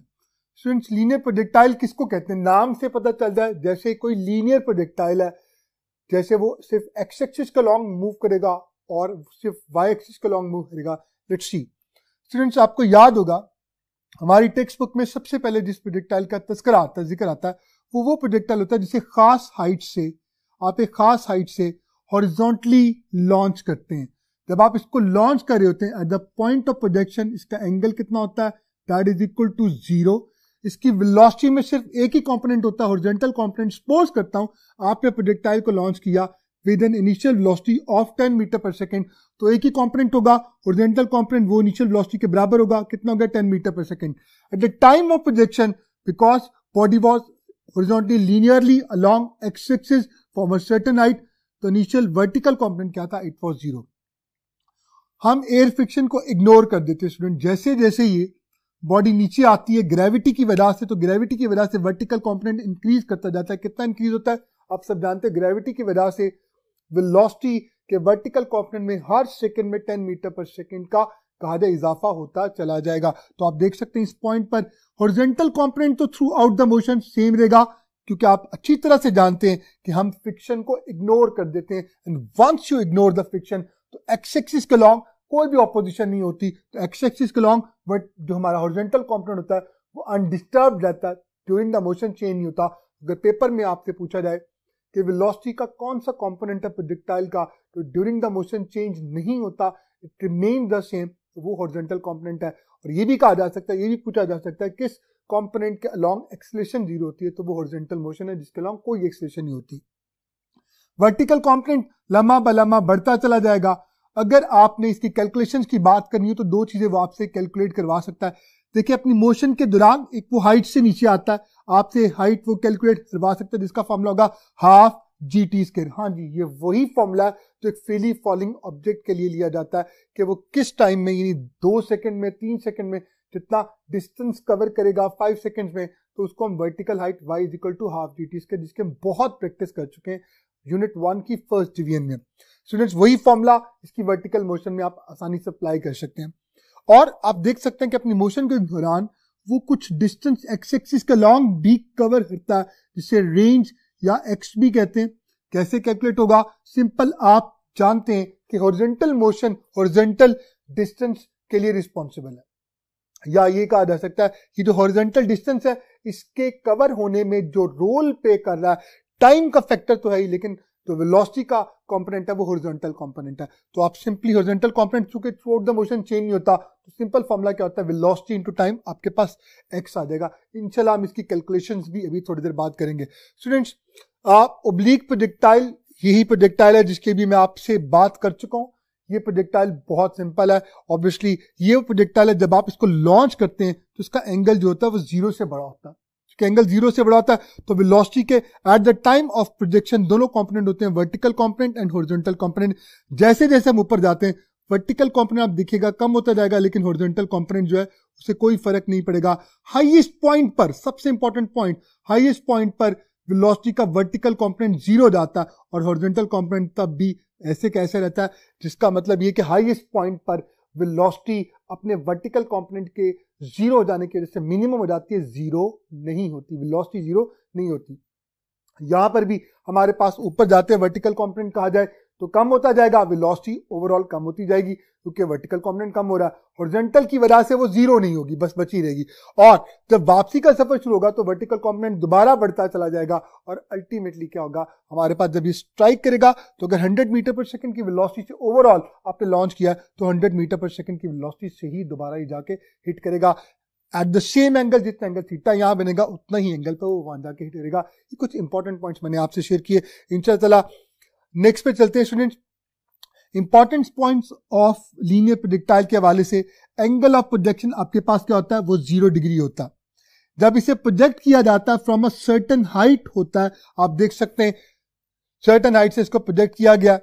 Start में जो हमारे पास वेलोसिटी होती है, इनिशियल वेलोसिटी, वो सिर्फ और सिर्फ हॉरिजॉन्टल वेलोसिटी होती है, क्योंकि उसको लीनियरली प्रोजेक्ट किया गया तो वर्टिकल कंपोनेंट क्या होगा, yes that is equal to 0। तो आप कह सकते हैं कि लीनियर प्रोजेक्टाइल में at the time of projection velocity minimum होती है, क्योंकि उसके बाद तो वर्टिकल कंपोनेंट ऐड होता चला जाता है, ओवरऑल वेलोसिटी इंक्रीज ही करेगी। स्टूडेंट्स नेक्स्ट इसकी थॉरो डिस्कशन के लिए आइए नेक्स्ट बोर्ड की तरफ स्विच करते हैं। जी स्टूडेंट्स, अब बात कर लेते हैं, अगर हम लीनियर प्रोजेक्टाइल में एयर फ्रिक्शन को इग्नोर कर दें तो आप सब जानते हैं एफएक्स के लॉन्ग कोई भी फोर्स नहीं लगेगी। तो अब जब एफएक्स के लॉन्ग फोर्स नहीं लगेगी, एफएक्स 0 हो गया, तो याद दिखेगा acceleration along the X axis that is equal to 0। तो आपको एंटी टेस्ट में 12 ये बात पूछी जाती है कि बताइए प्रोजेक्टाइल की मोशन में, चाहे वो लीनियर प्रोजेक्टाइल हो या ऑब्लिक प्रोजेक्टाइल हो, बताइए कौन सा ऐसा कंपोनेंट होता है वेलोसिटी का जिसके अलोंग, या कौन सी ऐसी मोशन है जिसके अलोंग एक्सलेशन नहीं होती। तो याद दिखेगा वो कौन सा होता है, that is horizontal component of velocity, it never changes। क्योंकि उस पर एक ही फोर्स एग्जर्ट हो सकती थी, सामने से एयर फ्रिक्शन जो उसकी वेलोसिटी को कम कर सकती थी, या पीछे से एयर का दबाव उसकी वेलोसिटी को ज्यादा कर सकता था। जब आपने एक दफा एयर फ्रिक्शन को इग्नोर कर दिया तो horizontal component through out the motion change नहीं होगा। ये बात कंफर्म होगी। इसका मतलब एक्स एक्सिस के लॉन्ग कोई फोर्स नहीं लग रही, एक्स एक्सिस के लॉन्ग कोई एक्सेलरेशन नहीं है, और horizontal component through out the motion क्या रहेगा, ये start it will remain the same. तो ये वो पॉइंट है जो लाजमी नेशनल एमडी कैट के टेस्ट में आपसे पूछा जाएगा। You must remember it students. Horizontal component it will remain the same, constant रहेगा थ्रू आउट। और आपसे सब ये अच्छी तरह से जानते हैं कि लीनियर प्रोजेक्टाइल के लिए जो इनिशियल वेलोसिटी होती है वो सिर्फ हॉरिजॉन्टल कंपोनेंट होती है, क्योंकि वो चेंज नहीं होती तो VIX VFX के बराबर होगा, तो थ्रू आउट इसको VX कह सकता हूं। यहां पे सपोज करता हूं कि स्टार्ट में इनिशियल वेलोसिटी जो थी it was 10 metre per second, तो आप देख सकते हैं ये 10 मीटर पर सेकंड ही चलेगी। As only one force that is acting is weight, और वो आप सब जानते हैं वर्टिकली डाउनवर्ड, वेट हमेशा डाउनवर्ड एक्ट करता, तो वेलोसिटी का वर्टिकल कंपोनेंट है वो ग्रेजुअली ऊपर से नीचे आते हुए इंक्रीज ही करता चला जाएगा, और एक्सेलरेशन आपके पास क्या ली जाएगी, that is equal to G। अब कुछ इंपॉर्टेंट रिलेशन जहां से फिर हम इंशाल्लाह ताला MCQs के थ्रू प्रैक्टिस करेंगे। स्टूडेंट्स, लीनियर प्रोजेक्टाइल में आपसे जो वो पूछ सकता है, कैलकुलेट करवा सकता है, मैंने सारे इंपॉर्टेंट पॉइंट्स आपसे शेयर कर ही लिए। अब कुछ कैलकुलेशन बेस्ड क्वेश्चंस की तरफ चलते हैं। स्टूडेंट्स, वो आपसे हॉरिजॉन्टल रेंज की डिमांड कर सकता है। हॉरिजॉन्टल रेंज को डिस्टेंस XP लिखते हैं, कैसे कैलकुलेट होगा मैं ऑलरेडी फॉर्मूला आपसे शेयर कर चुका हूं। हॉरिजॉन्टल डिस्टेंस के लिए जो कंपोनेंट ऑफ वेलोसिटी रिस्पांसिबल है that is only the horizontal component. आप इसको टाइम से मल्टीप्लाई कर देंगे, और हॉरिजॉन्टल कंपोनेंट वेलोसिटी का वही है जो कि असल में इनिशियल वेलोसिटी है, जो यहां पे कितनी थी, it was 10 metre per second. इसका मतलब अगर मैं यहां पे कैलकुलेट करूं 10 मल्टीप्लाइड बाय, अगर सिर्फ टाइम मेरे पास हो तो मैं आसानी से इसको कैलकुलेट कर सकता हूं। स्टूडेंट, अब बात ये कि बाद का टाइम हमें नहीं दिया होता, जब तक टाइम मेरे पास नहीं होगा अल्टीमेटली मैं अपनी रेंज का भी कैलकुलेट यहां पे लीनियर प्रोजेक्टाइल के लिए नहीं कर पाऊंगा। तो फिर मैं क्या करूंगा, जरा गौर से दिखेगा, वही फॉर्मूला हाइट का h is equal to half GT square. तो अब वो एक बात याद रखिएगा, अगर वो आपसे रेंज डिमांड कर रहा है, वो आपको हॉरिजॉन्टल वेलोसिटी कभी नहीं देगा, वो इनिशियल वेलोसिटी देगा। आपको पता होना चाहिए कि इनिशियल वेलोसिटी ही हॉरिजॉन्टल कंपोनेंट है, पहला इंपॉर्टेंट पॉइंट। दूसरा, वो आपको हाइट और टाइम इन दोनों में से कोई एक फैक्टर जरूर देगा। तो अगर टाइम दे देता है तो आप साफ सी बात है पुट करके रेंज डायरेक्टली निकालेंगे, लेकिन वो कभी आपके लिए आसानियां तो प्रोड्यूस नहीं करेगा। इसका मतलब वो कभी आपको टाइम नहीं देगा। क्या देगा, वो आपको जनाब हाइट देगा। तो इस हाइट से h is equal to half GT square से आप टाइम अगर कैलकुलेट करें, वही फॉर्मूला जो मैं आपको यूनिट 1 की फर्स्ट डिवीजन में बड़ी डेप्थ में करवा चुका हूं, t is equal to √2h/g। आप यहां पे हाइट की जगह वैल्यू प्लेस करेंगे, g पुट करेंगे, सॉल्व करेंगे, टाइम आएगा, टाइम आप यहां पुट करेंगे and you will get your range. तो that is the most important thing which you must remember it. आइए अब इससे रिलेटेड कुछ क्वेश्चन करते हैं ताकि हमारी प्रैक्टिस हो जाए। हमारा पहले सवाल प्रोजेक्टाइल के हवाले से, projectile is launch from a height of 100 metre. इसका मतलब आप देखें हमें क्या चीज प्रोवाइड कर देगी, जी हाँ, जैसे मैंने आपको बोला था हाइट, उसने आपको हाइट प्रोवाइड कर दी, तो आप टाइम आसानी से कैलकुलेट कर सकते हैं। हॉरिजॉन्टली, तो दूसरा कीवर्ड उसने बोला हॉरिजॉन्टली, जब भी हाइट की बात करेगा हॉरिजॉन्टली ही लॉन्च करेगा। ऑब्वियसली वो हमारी टेक्स्ट बुक से बाहर नहीं जा सकता। ये बहुत अच्छी चीज है कि नेशनल एमडी कैट में he has to remain within the boundaries of the learning objectives। और लर्निंग ऑब्जेक्टिव ऑब्वियसली साफ सी बात है, वी नो देम। मैं बड़ी डिटेल में आपसे एक एक चीज शेयर कर रहा हूं। Students, from height of 100 metre बात हुई थी हॉरिजॉन्टली विद स्पीड ऑफ, और इनिशियल स्पीड, जी हाँ, इनिशियल स्पीड के बारे में मैं ऑलरेडी आपको बता चुका हूं कि एक लीनियर प्रोजेक्टाइल के लिए उसकी इनिशियल वेलोसिटी जो होती है वही बेसिकली उसका हॉरिजॉन्टल कंपोनेंट होती है। कितनी है, 10 मीटर पर सेकंड। तो it was given to you in coincidence है 10 मीटर पर सेकंड ही है। How much vertical distance it will cover in 3 second. यहां पे उसने आपको थोड़ा टी ट्रैक किया। टी ट्रैक ये किया कि उसने पहला क्वेश्चन प्रोजेक्टाइल से नहीं पूछा, बल्कि कहा जाए तो पहला क्वेश्चन यूनिट 1 की डिवीजन से आपसे क्वेश्चन इसमें पूछा गया कि बताइए वो 3 सेकंड में कितना डिस्टेंस ट्रेवल करेगा। हो सकता है बच्चा कंफ्यूज हो जाए कि प्रोजेक्टाइल की टाइम ऑफ फ्लाइट का 3 सेकंड के बाद वो कितना डिस्टेंस कवर करेगा। मुझे पास तो कोई फॉर्मूला ही नहीं है।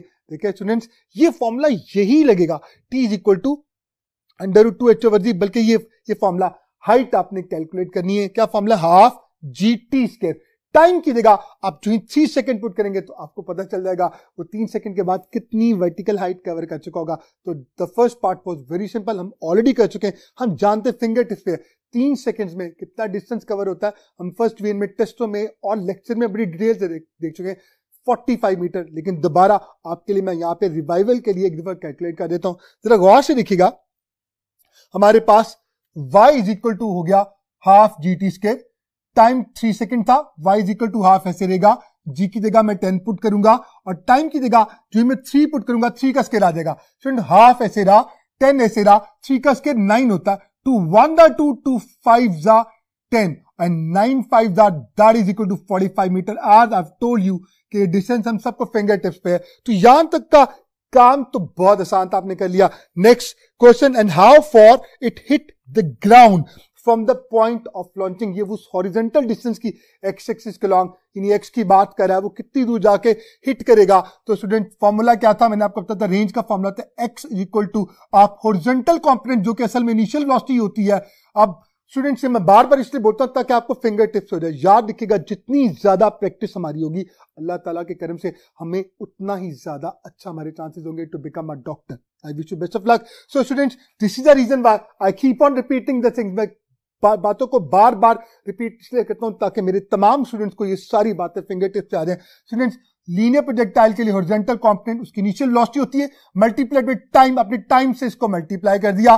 स्टूडेंट्स, अब टाइम में सेपरेटली कैलकुलेट भी कर सकता हूं, लेकिन क्या ही अच्छा हो हम एंटी टेस्ट में अपने शॉर्टकट फॉर्मूलाज डेवलप कर लें। हाँ जी, देखिएगा Vx ऐसे रहेगा, मल्टीप्लाई विद टाइम का फॉर्मूला यहीं पे आपको पुट कर दें, √2y/g। स्टूडेंट्स, r ऐसे रहा, x ऐसे रहा, Vx initial velocity it was 10, √2 ऐसे रहेगा, हाइट जो थी इट वाज 100 मीटर की हाइट से उसको लॉन्च किया गया, g 10 है। स्टूडेंट्स, ये 0 इस 0 के साथ कैंसिल आउट हो गया, 10 ऐसे रहेगा और अंडर रूट में हमारे पास 20 आ जाएगा। 20 को मैं लिख सकता हूं 5 × 4, 5 तो अंदर ही रहेगा क्योंकि अंडर रूट से बाहर नहीं आ सकता, लेकिन ये 4 बाहर आके 2 हो जाएगा और 10 जब 2 से मल्टीप्लाई होगा 20 √5 मीटर। अब आप देख सकते हैं कि हमारे पास बेस्ट जो ऑप्शन बनती है that is 20 √5 metre, that is given in delta option. So students, you must remember it, it's a very important question. हमने ऑब्वियसली इस क्वेश्चन में बहुत सारी मैथमेटिकल फॉर्मुलेशंस को देखा कि हम लीनियर प्रोजेक्टाइल में कहां कहां कैलकुलेशन बेस्ड क्वेश्चन आया तो हम कैसे कर सकते हैं। आइए एक और क्वेश्चन देखते हैं। A crow drops a pebble, यानी कौवा फ्लाई कर रहा है और उसकी चोंच में, हाँ जी, प्यासे कौवे वाली कहानी आपको याद आ गई होगी। तो वो क्या करता है, वो पेबल को थ्रो करता है फ्रॉम अ सर्टेन हाइट, और स्पीड उसकी क्या थी 10 मीटर पर सेकेंड, हाइट क्या थी 5 मीटर। फिर वही पूछा कि बताए हॉरिजॉन्टल डिस्टेंस कितना होगा जब वो जाके हिट करेगा from the point of projection. तो आप वही फॉर्मूला यूज करेंगे, x = Vx × t। Vx ऐसे रहेगा, multiplied by √2h/g। Values place कर रहा हूं, हॉरिजॉन्टल कंपोनेंट वेलोसिटी का वही था जो कि basically initial velocity 10 metre per second थी, मल्टीप्लाइड बाय 2 ऐसे रहेगा, h की जगह 5 मीटर, 10, 5 × 10, 10 से कैंसिल आउट हो गया, तो हमारे पास जवाब क्या आ गया, x = 10 मीटर। तो आई होप कि इन दो क्वेश्चन से आपको मैक्सिमम प्रैक्टिस होगी और अब आप आसानी से लीनियर प्रोजेक्टाइल को डील कर सकेंगे। स्टूडेंट्स, अब इसके बाद हम ओब्लिक प्रोजेक्टाइल की तरफ चलते हैं। लीनियर प्रोजेक्टाइल से भी क्वेश्चन आते हैं, लेकिन ऐसा देखा गया कि एंटी टेस्ट में सबसे ज्यादा क्वेश्चन जो आते हैं वो ओब्लिक प्रोजेक्टाइल से आते हैं। जी हाँ, आइए ओब्लिक प्रोजेक्टाइल को बहुत डेप्थ में देखने के लिए मेरा साथ दीजिएगा। स्टूडेंट्स, ओब्लिक प्रोजेक्टाइल किसको कहते हैं? अगर किसी बॉडी को इस तरह से लॉन्च किया जाए कि उसकी इनिशियल वेलोसिटी एक्स एक्सिस के साथ एंगल थीटा बना रही हो, तो फिर वेलोसिटी के दो कंपोनेंट्स होंगे, VIY वर्टिकल उसको ऊपर लेके जाने की कोशिश करेगा और हॉरिजॉन्टल ये कोशिश करेगा कि वो एक्स एक्सिस के लॉन्ग मूव करे। होगा क्या, वो एक्स एक्सिस के लॉन्ग भी जाएगा, वाई एक्सिस के लॉन्ग भी जाएगा, लेकिन चूंकि यहां पर आपने एयर फ्रिक्शन को इग्नोर कर दिया, एयर फ्रिक्शन इग्नोर हो गई, तो इसका मतलब हॉरिजॉन्टल कंपोनेंट थ्रू आउट क्या रहेगा, it will remain the same, वो चेंज नहीं होगा। एक्सेलरेशन अलोंग एक्स एक्सिस क्या रहेगी, दैट इज 0। ये वही है जो कि हमने कैरेक्टरिस्टिक लीनियर प्रोजेक्टाइल में भी देखी थी। हाँ, अब होगा क्या कि लेकिन चूंकि यहां पर वर्टिकल कंपोनेंट स्टार्ट में 0 नहीं है, जैसे जब बॉडी ऊपर जाएगी वेट तो एक्ट करेगा, वेट की वजह से वर्टिकल कंपोनेंट कम होता जाएगा, तो आप देख सकते हैं कि हमारे पास वर्टिकल कंपोनेंट कम होता जाएगा और हाईएस्ट पॉइंट पर स्टूडेंट्स वर्टिकल कंपोनेंट क्या हो जाएगा, इट बिकम्स जीरो, वो जीरो हो जाता है। हॉरिजॉन्टल कंपोनेंट तब भी रहता है और इसी वजह से यही वजह है कि ये बॉल अब यहां से नीचे नहीं गिरेगा, हॉरिजॉन्टल कंपोनेंट इसको आगे ले जाएगा। तो सबसे इंपॉर्टेंट पॉइंट प्रोजेक्टाइल की मोशन में अक्सर पूछा गया कि वो कौन सा पॉइंट है जहां पर वेलोसिटी जीरो हो जाती है। तो बच्चे बाज़ औक़ात मिस्टेकनली ये कहते हैं हाईएस्ट पॉइंट पर वेलोसिटी जीरो हो जाती होगी। Velocity is a combination of two components, one is the horizontal and the other is the vertical component. Highest point पर वर्टिकल जीरो हो रहा है, हॉरिजॉन्टल जीरो नहीं हो रहा, और जब तक दोनों जीरो नहीं हो जाते वेलोसिटी जीरो हो नहीं सकती। आइए जी स्टूडेंट्स, अब हम ऑब्लिक प्रोजेक्टाइल के सारे इंपॉर्टेंट पॉइंट्स को एक जगह इकट्ठा यकजा करने के लिए, समझने के लिए आइए नेक्स्ट पॉइंट की तरफ स्विच करते हैं। जी स्टूडेंट्स, एंगल की जो कंडीशन थी that angle must be greater than zero, angle को जीरो से बड़ा होना चाहिए। क्यों? ताकि दोनों कंपोनेंट्स एग्जिस्ट करें, ना तो हॉरिजॉन्टल कंपोनेंट जीरो हो और ना ही वर्टिकल कंपोनेंट जीरो हो। वेलोसिटी वेक्टोरली देखी जाए तो ये दो कंपोनेंट्स का कॉम्बिनेशन होगी, horizontal component plus vertical component. मैं इनिशियल वेलोसिटी की बात कर रहा हूं। इनिशियल वेलोसिटी की अगर बात की जाए तो इनिशियल वेलोसिटी की मैग्नीट्यूड की बात करूं तो ये हो जाएगी under root V I X square plus V I Y square. अब अगर मैं इसी को किसी भी पॉइंट के अकॉर्डिंगली लिखूं, वी एफ इक्वल टू मेरे पास क्या आ जाएगा under root V F X square plus V F Y square. Student ये बहुत इंपॉर्टेंट है, जरा गौर से देखिएगा। हमने एयर फ्रिक्शन को इग्नोर कर दिया, जीरो हो गई, एयर फ्रिक्शन इग्नोर हुई, एफ एक्स जीरो, तो horizontal component through out same रहेगा, हॉरिजॉन्टल मोशन के अलॉन्ग एक्सेलेरेशन जीरो होगी। इसका मतलब ये जो कंपोनेंट है ये अब हमेशा सेम रहेगा। इसकी वजह से चूंकि कभी भी जीरो नहीं होगा, वेलोसिटी ऑन द होल कभी जीरो नहीं हो सकती, मैं ऑलरेडी आपको बता चुका हूं। लेकिन ये कंपोनेंट वर्टिकल कंपोनेंट की अगर बात की जाए, ऊपर जाते हुए क्या होगा, डिक्रीज होता जाएगा, और वापस आते हुए कहा जाए ये इंक्रीज होता है। हाईएस्ट पॉइंट पे ये जीरो जाता है, तब हाईएस्ट पॉइंट पर अगर वेलोसिटी देखी जाए तो वेलोसिटी सिर्फ और सिर्फ हॉरिजॉन्टल कंपोनेंट के बराबर हो जाएगी। हाईएस्ट पॉइंट पर वेलोसिटी मिनिमम होती है, ये बात बहुत इंपॉर्टेंट है स्टूडेंट्स। मैंने अभी बात की कि एयर फ्रिक्शन को आपने इग्नोर कर दिया तो हॉरिजॉन्टल कंपोनेंट जो स्टार्ट में होगा वो ही हर पॉइंट पे वीएफएक्स रहेगा, इसे वीएक्स लिखा जा सकता है। It remains same during the whole motion. Vertical component start में कहता है V I Y is equal to V I sine of theta, क्योंकि वी वाई कॉन्टिन्यूसली चेंज होता, किसकी वजह से, ग्रेविटी की वजह से, तो इसकी वजह से वेलोसिटी इफेक्ट होती है। वो फोर्स जो इसको चेंज करती है वो वेट है, F is equal to M G. तो ए वाई, इसमें जो एक्सेलेरेशन होगी वो वर्टिकल मोशन के लॉन्ग होगी, इसको माइनस जी के अकॉर्डिंगली लिया जाएगा, minus 9.8 metre per second square. 28 point की अगर बात कर ली जाए, वेलोसिटी क्या हो जाएगी, मिनिमम, लेकिन जीरो नहीं होगी। ये सबसे इंपॉर्टेंट पॉइंट है कि वेलोसिटी किसी भी पॉइंट पर जीरो नहीं हो सकती। हाईएस्ट पॉइंट पर वो मिनिमम क्यों होती है, क्योंकि वर्टिकल कंपोनेंट जीरो हो जाता है और हॉरिजॉन्टल कंपोनेंट चूंकि जीरो नहीं होता तो वेलोसिटी सिर्फ और सिर्फ हॉरिजॉन्टल कंपोनेंट के बराबर रह जाती है एट हाईएस्ट पॉइंट। तो हाईएस्ट पॉइंट पर वेलोसिटी कहा जाए वो हॉरिजॉन्टल के बराबर होती है। हाईएस्ट पॉइंट पर अगर कोई भी आपसे पूछे that what is the angle between acceleration and velocity, बड़ा इंपॉर्टेंट क्वेश्चन, जरा गौर से देखिएगा। हाईएस्ट पॉइंट ये वो पॉइंट है यहां पर वेलोसिटी सिर्फ वीएक्स रह गई है, और तब भी जो एक्सेलेरेशन है वो ऑब्वियसली साफ सी बात है ग्रेविटी की वजह से जी। तो हाईएस्ट पॉइंट पर एंगल वेलोसिटी का और एक्सेलेरेशन का कितना हो गया, 90 डिग्री। ये क्वेश्चन भी एंट्री टेस्ट में बहुत दफा रिपीट हो चुका है, तो आपने याद रखना है हाईएस्ट पॉइंट पर वेलोसिटी और एक्सेलेरेशन में जो एंगल होता है दैट इज 90 डिग्री, क्योंकि एक्सेलेरेशन तो सिर्फ एक ही होगी, that is acceleration due to gravity, it is always directed downward. और हाईएस्ट पॉइंट पर सिर्फ चूंकि हॉरिजॉन्टल कंपोनेंट रह जाता इसलिए इन दोनों का एंगल कितना बनता है, इट बिकम्स 90 डिग्री। तो आपने याद रखना। कुछ क्वेश्चन देखते हैं। Eight highest point of trajectory of projectile which is zero, बताइए इनमें से कौन सी चीज जीरो होगी। बहुत इंपॉर्टेंट क्वेश्चन। वेलोसिटी, क्या वेलोसिटी हाईएस्ट पॉइंट पर जीरो होगी? यकीनन आप मेरा साथ देंगे, वेलोसिटी किसी भी पॉइंट पे जीरो नहीं होती, वेलोसिटी हाईएस्ट पॉइंट पे मिनिमम होती है, तो अल्फा ऑप्शन तो नहीं हो सकती। Beta, kinetic energy. अब ये सोचने वाली बात है, काइनेटिक एनर्जी का फॉर्मूला कहता है half M V square, half constant, mass तो थ्रू आउट चेंज नहीं होता। वेलोसिटी जब तक जीरो नहीं होती तब तक काइनेटिक एनर्जी जीरो नहीं हो सकती, और आप अभी अल्फा ऑप्शन में क्या कह हैं कि वेलोसिटी जीरो नहीं होती, इसका मतलब काइनेटिक एनर्जी भी जीरो नहीं होती। मोमेंटम, मोमेंटम का फॉर्मूला होता है P is equal to m into V. Mass तो कांस्टेंट है, तो वेलोसिटी, जब तक वेलोसिटी जीरो नहीं हो जाएगी मोमेंटम जीरो नहीं हो सकता। तो स्टूडेंट्स पता ही चला मोमेंटम भी जीरो नहीं होगा। डेल्टा ऑप्शन को देखिए, वर्टिकल कंपोनेंट ऑफ वेलोसिटी, तो पता ये चला कि vertical component of velocity highest point पे क्या होता है, it becomes zero. So students this is the most important thing कि वर्टिकल कंपोनेंट ऑफ वेलोसिटी जो है वो हाईएस्ट पॉइंट पे क्या हो जाता है, जीरो। तो आपने ऑब्वियसली आई होप इसमें सबसे इंपॉर्टेंट पॉइंट्स आपने दो नए पॉइंट्स देखे, वो एक है काइनेटिक एनर्जी और मोमेंटम। इनका हवाला भी मौजूद है एंटी टेस्ट में, इनसे भी क्वेश्चन आ सकते हैं। हमारी टेक्स्ट बुक में जो साफ सी बात है काइनेटिक एनर्जी और मोमेंटम का टॉपिक मौजूद है, और आज भी मैंने पूरी कोशिश की कि अपने इस डिवीजन में आपको मोमेंटम और काइनेटिक एनर्जी के तमाम रिलेशंस भी आपसे शेयर करूं।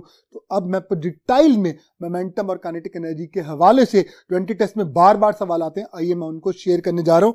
स्टूडेंट क्वेश्चन देखिएगा, बहुत important question. A projectile is launched at the angle of 45 degree. Students finger tips पे होगा 45 डिग्री, ये वो एंगल होता है जिस पर प्रोजेक्टाइल की रेंज क्या हो जाती है, जी हाँ मैक्सिमम होती है। यानी अगर आप किसी भी ऑब्जेक्ट को प्रोजेक्टाइल जो आप लॉन्च करना चाहते हो at certain angle with certain velocity, तो आप चाहते हो कि एंगल ऐसा हो कि उस वेलोसिटी के लिए वो सबसे दूर जाके गिरे, फिर एंगल क्या होगा, that is always equal to 45 degree. Students 45 degree angle of projection था प्रोजेक्टाइल का, और यहां पर इस सवाल में sir that it's kinetic energy, अब इनिशियल लिखा हुआ है तो स्टार्ट में इसकी काइनेटिक एनर्जी 100 जूल थी।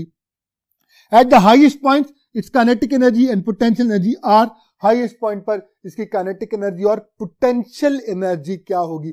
बच्चे यहाँ पे एक बहुत बड़ी मिस्टेक करते हैं, वो क्या कहते हैं, बच्चे कहते हैं कि जनाब प्रोजेक्टाइल को लॉन्च किया, स्टार्ट में काइनेटिक एनर्जी मैक्सिमम थी, जब हाईएस्ट पॉइंट पे चला जाएगा तो according to the law of interconversion of kinetic energy and potential energy, kinetic energy मुकम्मल तौर पे पोटेंशियल एनर्जी में कन्वर्ट हो जाएगी। काइनेटिक एनर्जी को वो 0 मार्क करते हैं और पोटेंशियल एनर्जी को 100 मार्क करते हैं, तो फिर वो अल्फा ऑप्शन की तरफ जाते हैं। लेकिन स्टूडेंट्स अभी मैं आपको बता चुका हूं, प्रोजेक्टाइल के केस में काइनेटिक एनर्जी कभी भी 0 नहीं होती। इसका मतलब प्रोजेक्टाइल के केस में काइनेटिक एनर्जी अगर 0 नहीं होगी तो ये दो टुकड़ों में बटी होगी, एक हॉरिजॉन्टल पार्ट की वजह से और एक वर्टिकल पार्ट की वजह से।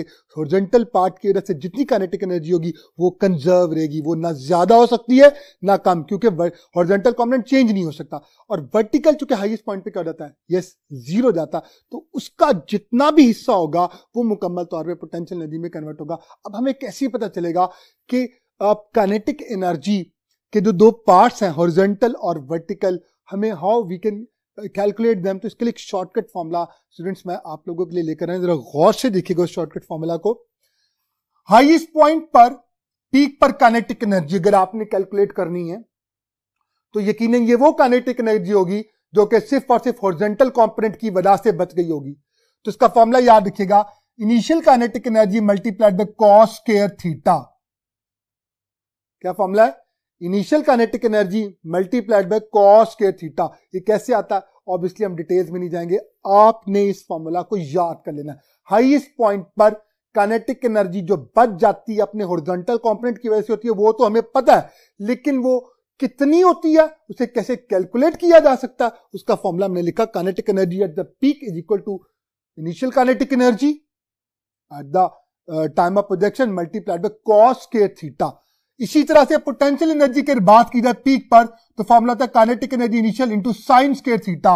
स्टूडेंट्स अब मैं क्या करूंगा, मैं यहां पर वैल्यूज को प्लेस करूंगा।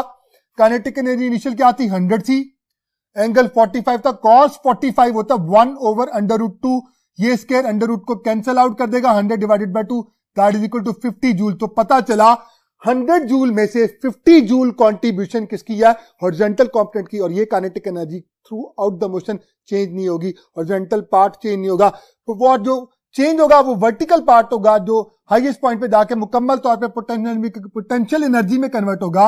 हाईएस्ट पॉइंट पर पोटेंशियल एनर्जी में कन्वर्ट होगा। Potential energy peak is equal to kinetic energy sine square theta. Kinetic energy initial 100 थी, साइन 45 फिर 1/√2 स्क्वायर कैंसिल आउट हो गया, इसका जवाब भी 50 जूल आया। तो हमारे पास बेस्ट ऑप्शन कौन सी बनती है, that is Charlie, 50 joule and 50 joule. So that was the most important thing students. एक बहुत अच्छा पॉइंट, एक नया पॉइंट हम लोगों ने आज एंटी टेस्ट में सीखा। प्रोजेक्टाइल में बाज़ औक़ात ऐसे क्वेश्चन पूछे जाते हैं जिनका ताल्लुक काइनेटिक एनर्जी से होता है। स्टूडेंट, इसके बाद एक बहुत और इंपॉर्टेंट पॉइंट, मोमेंटम की बात कर लेते हैं। मोमेंटम पीक पर क्या होगा, आप अच्छी तरह से जानते हैं। मोमेंटम जो होगा पीक पर, उसका फॉर्मूला याद रखिएगा।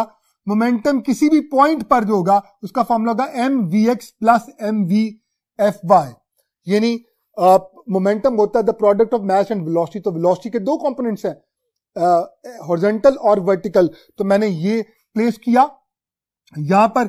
अब स्टूडेंट्स, आप सब जानते हैं हाईएस्ट पॉइंट पर वर्टिकल कंपोनेंट क्या हो जाता है, 0 जाता है। तो मेरे पास सिर्फ और सिर्फ मोमेंटम जो पीक पर होगा उसका फॉर्मूला क्या बच जाएगा, mvfx या mvix, इसको मैं पुट कर सकता हूं। तो पीक पर मेरे पास जो मोमेंटम है उसका फॉर्मूला होगा mvi cos ऑफ थीटा, यानी शुरू वाला momentum multiplied by cos of theta. अब यहां से आप बहुत सारे क्वेश्चंस कर सकते हैं। इंशाल्लाह मैं कुछ क्वेश्चन आज भी आपसे शेयर करूंगा। बहरहाल आप देख सकते हैं यहां पे हम ये भी कंक्लूड कर सकते हैं कि अगर मैं ये चाहूं कि पीक पर जो मोमेंटम है वो इनिशियल मोमेंटम का हाफ हो जाए तो एंगल कितना होना चाहिए, तो यकीनन मुझे cos ऑफ थीटा की जगह कोई ऐसा एंगल पुट करना है जिसका जवाब हाफ आता हो। तो cos किसके लिए हाफ देता है, आपको फिंगर टिप्स होना चाहिए। cos 60 के लिए हाफ देता है, इसका मतलब 60 डिग्री पर जब मैं पुट करूंगा, जब मैं एंगल 60 डिग्री पुट करूंगा तो हाईएस्ट पॉइंट पर जो हमारे पास मोमेंटम होगा पीक पर, वो इनिशियल मोमेंटम का हाफ रह जाएगा। अब कुछ बहुत कन्वेंशनल चीजें लेके चलते हैं। Height of projectile, height of projectile, projectile अपनी मोशन के दौरान जिस मैक्सिमम हाइट तक जाता है उसको height attained by the projectile कहते हैं। फॉर्मूला क्या होता है, H equal to VI square sine square theta over 2g। Students, important relation develop कर लेते हैं हाइट का वेलोसिटी के साथ, इनिशियल वेलोसिटी के साथ। फॉर्मूला क्या बनेगा, H is directly proportional to VI square, H is directly proportional to sin square theta and H is inversely proportional to G। इसका मतलब ये कि ग्रेविटी के साथ इसका इनवर्स रिलेशन है। तो मून पर अगर आप कंपेयर करें, मून पर और अर्थ पर एंगल ऑफ प्रोजेक्शन भी सेम हो, इनिशियल वेलोसिटी भी सेम हो, लेकिन मून पर आप सब जानते हैं ग्रेविटी जो थी जमीन से 6 गुना कम हो जाती है। तो इसका मतलब वहां पे हाइट, जहां पे ग्रेविटी 6 गुना कम हो जाएगी, यानी 6 टाइम्स कम हो जाएगी, वहां पर यकीनन हमारे पास जो हाइट होगी वो 6 टाइम्स इंक्रीज कर जाएगी। तो ग्रेविटी से रिलेटेड क्वेश्चन भी पूछे जा सकते हैं। वेलोसिटी को अगर मैं डबल करूंगा हाइट 4 टाइम्स हो जाएगी। तो ये रिलेशन चूंकि स्केयर की वजह से है। किस एंगल के लिए हाइट मैक्सिमम होगी, स्टूडेंट बहुत सिंपल सी बात है, साइन थीटा। किस ट्रिग्नोमेट्रिक, किस एंगल के लिए साइन थीटा जो है कहा जाए मैक्सिमम देता है, जी हाँ 90 के लिए। तो इसका मतलब अगर हम 90 पर लॉन्च करेंगे तो हाइट मैक्सिमम होगी। अगर 90 पर लॉन्च करता हूं, एंटी टेस्ट का एक क्वेश्चन याद रखिएगा, हाइट मैक्सिमम हो जाएगी और क्या हो जाएगी, तब हमारे पास यहां पे 1 आ जाएगा, तो आ जाएगा VI स्क्वायर ओवर 2g। अब जरा गौर से देखिएगा, इस VI स्क्वायर ओवर 2g में रेंज जो मैक्सिमम होती है हम ऑलरेडी जानते हैं, मैक्सिमम रेंज का फॉर्मूला था VI स्क्वायर ओवर g। तो आप यहां पे लिख सकते हैं height maximum is equal to, इसकी जगह ये देखिएगा, ये जो फैक्टर हमारे पास ये रेंज मैक्सिमम को रिप्रेजेंट कर रहा है। तो इसका मतलब हाइट जब मैक्सिमम होती है, हाइट जब मैक्सिमम होती है कब, किस एंगल के लिए, 90 डिग्री के लिए, तब भी वो जो रेंज 45 डिग्री पर मैक्सिमम होती है उसका क्या रहती है, हाफ रहती है। एक बहुत इंपॉर्टेंट पॉइंट जिसे आपने याद रखना। नेक्स्ट हमारे पास है टाइम ऑफ फ्लाइट। प्रोजेक्टाइल को अपनी मोशन को टाइम ऑफ प्रोजेक्शन से लेकर time to hit the ground जितना वक्त दरकार होता है उसे टाइम ऑफ फ्लाइट कहते हैं। T is equal to 2VI sine theta over g, finger tip से होगा। यहां पर भी ट्रिग्नोमेट्रिक रेशियो कौन सी इन्वॉल्व है, साइन थीटा किस एंगल के लिए मैक्सिमम होगा, 90 डिग्री के लिए। साइन 91 होगा तब हमारे पास T मैक्सिमम क्या हो जाएगा, 2VI ओवर जी। ये भी आपसे पूछा जा सकता है। लेकिन एक और इंपॉर्टेंट पॉइंट याद रखिएगा, अगर इसे टोटल टाइम यहां से यहां तक 4 सेकंड लगे हैं तो इसे 2 बराबर टुकड़ों में बांटा जा सकता है। यहां से इन पॉइंट ऑफ प्रोजेक्शन से हाइट तक का टाइम हाफ होता है। इसका मतलब 2 सेकंड इसको यहां से ऊपर तक जाने में लगेंगे और 2 सेकंड ऊपर से नीचे आने में। इसका मतलब ये जो पहले वाला जो टाइम है वो कैसे मालूम कर सकते हैं, जो टोटल टाइम ऑफ फ्लाइट है उसका हाफ कर लिया जाए तो time to reach the maximum height आ जाएगा। तो आप इसको जो ही 2 पे डिवाइड करेंगे तो 2 के साथ कैंसिल आउट हो जाएगा हमारे पास। तो हमारे पास क्या जाएगा, VI sine theta over g, that could be your relation. आप देखें मैं 2 से डिवाइड किया VI sine theta over g, तो it can come over there. आइए स्टूडेंट्स, नेक्स्ट क्वेश्चन करने के लिए और मजीद चीजें देखने के लिए हम नेक्स्ट बोर्ड की तरफ स्विच करते हैं। जी स्टूडेंट्स, हमारा नेक्स्ट टॉपिक है the range of the projectile, जहां से सबसे ज्यादा क्वेश्चन आते हैं। रेंज ऑफ द प्रोजेक्टाइल का फॉर्मूला आता है R is equal to V I square sine 2 theta over g. Student यहाँ पे इंपॉर्टेंट पॉइंट ये कि बच्चों को ये फिंगर टिप से होता है, बाज औकात वो करता ही है कि अल्फा ऑप्शन में ये प्लेस करता है और बीटा ऑप्शन में ये प्लेस कर देता है। स्टूडेंट ये दोनों ही रेंज के फॉर्मूला है।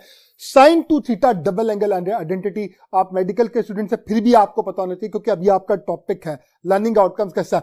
सो साइन 2 थीटा बराबर होता है 2 साइन थीटा कॉस थीटा। तो अगर मैं उसको यहां पे पुट करूं, sine 2 theta is equal to 2 sine theta cos of theta place करूं, तो इसको इस फॉर्म में भी राइट डाउन किया जा सकता है। Students please remember it, it can come in the paper.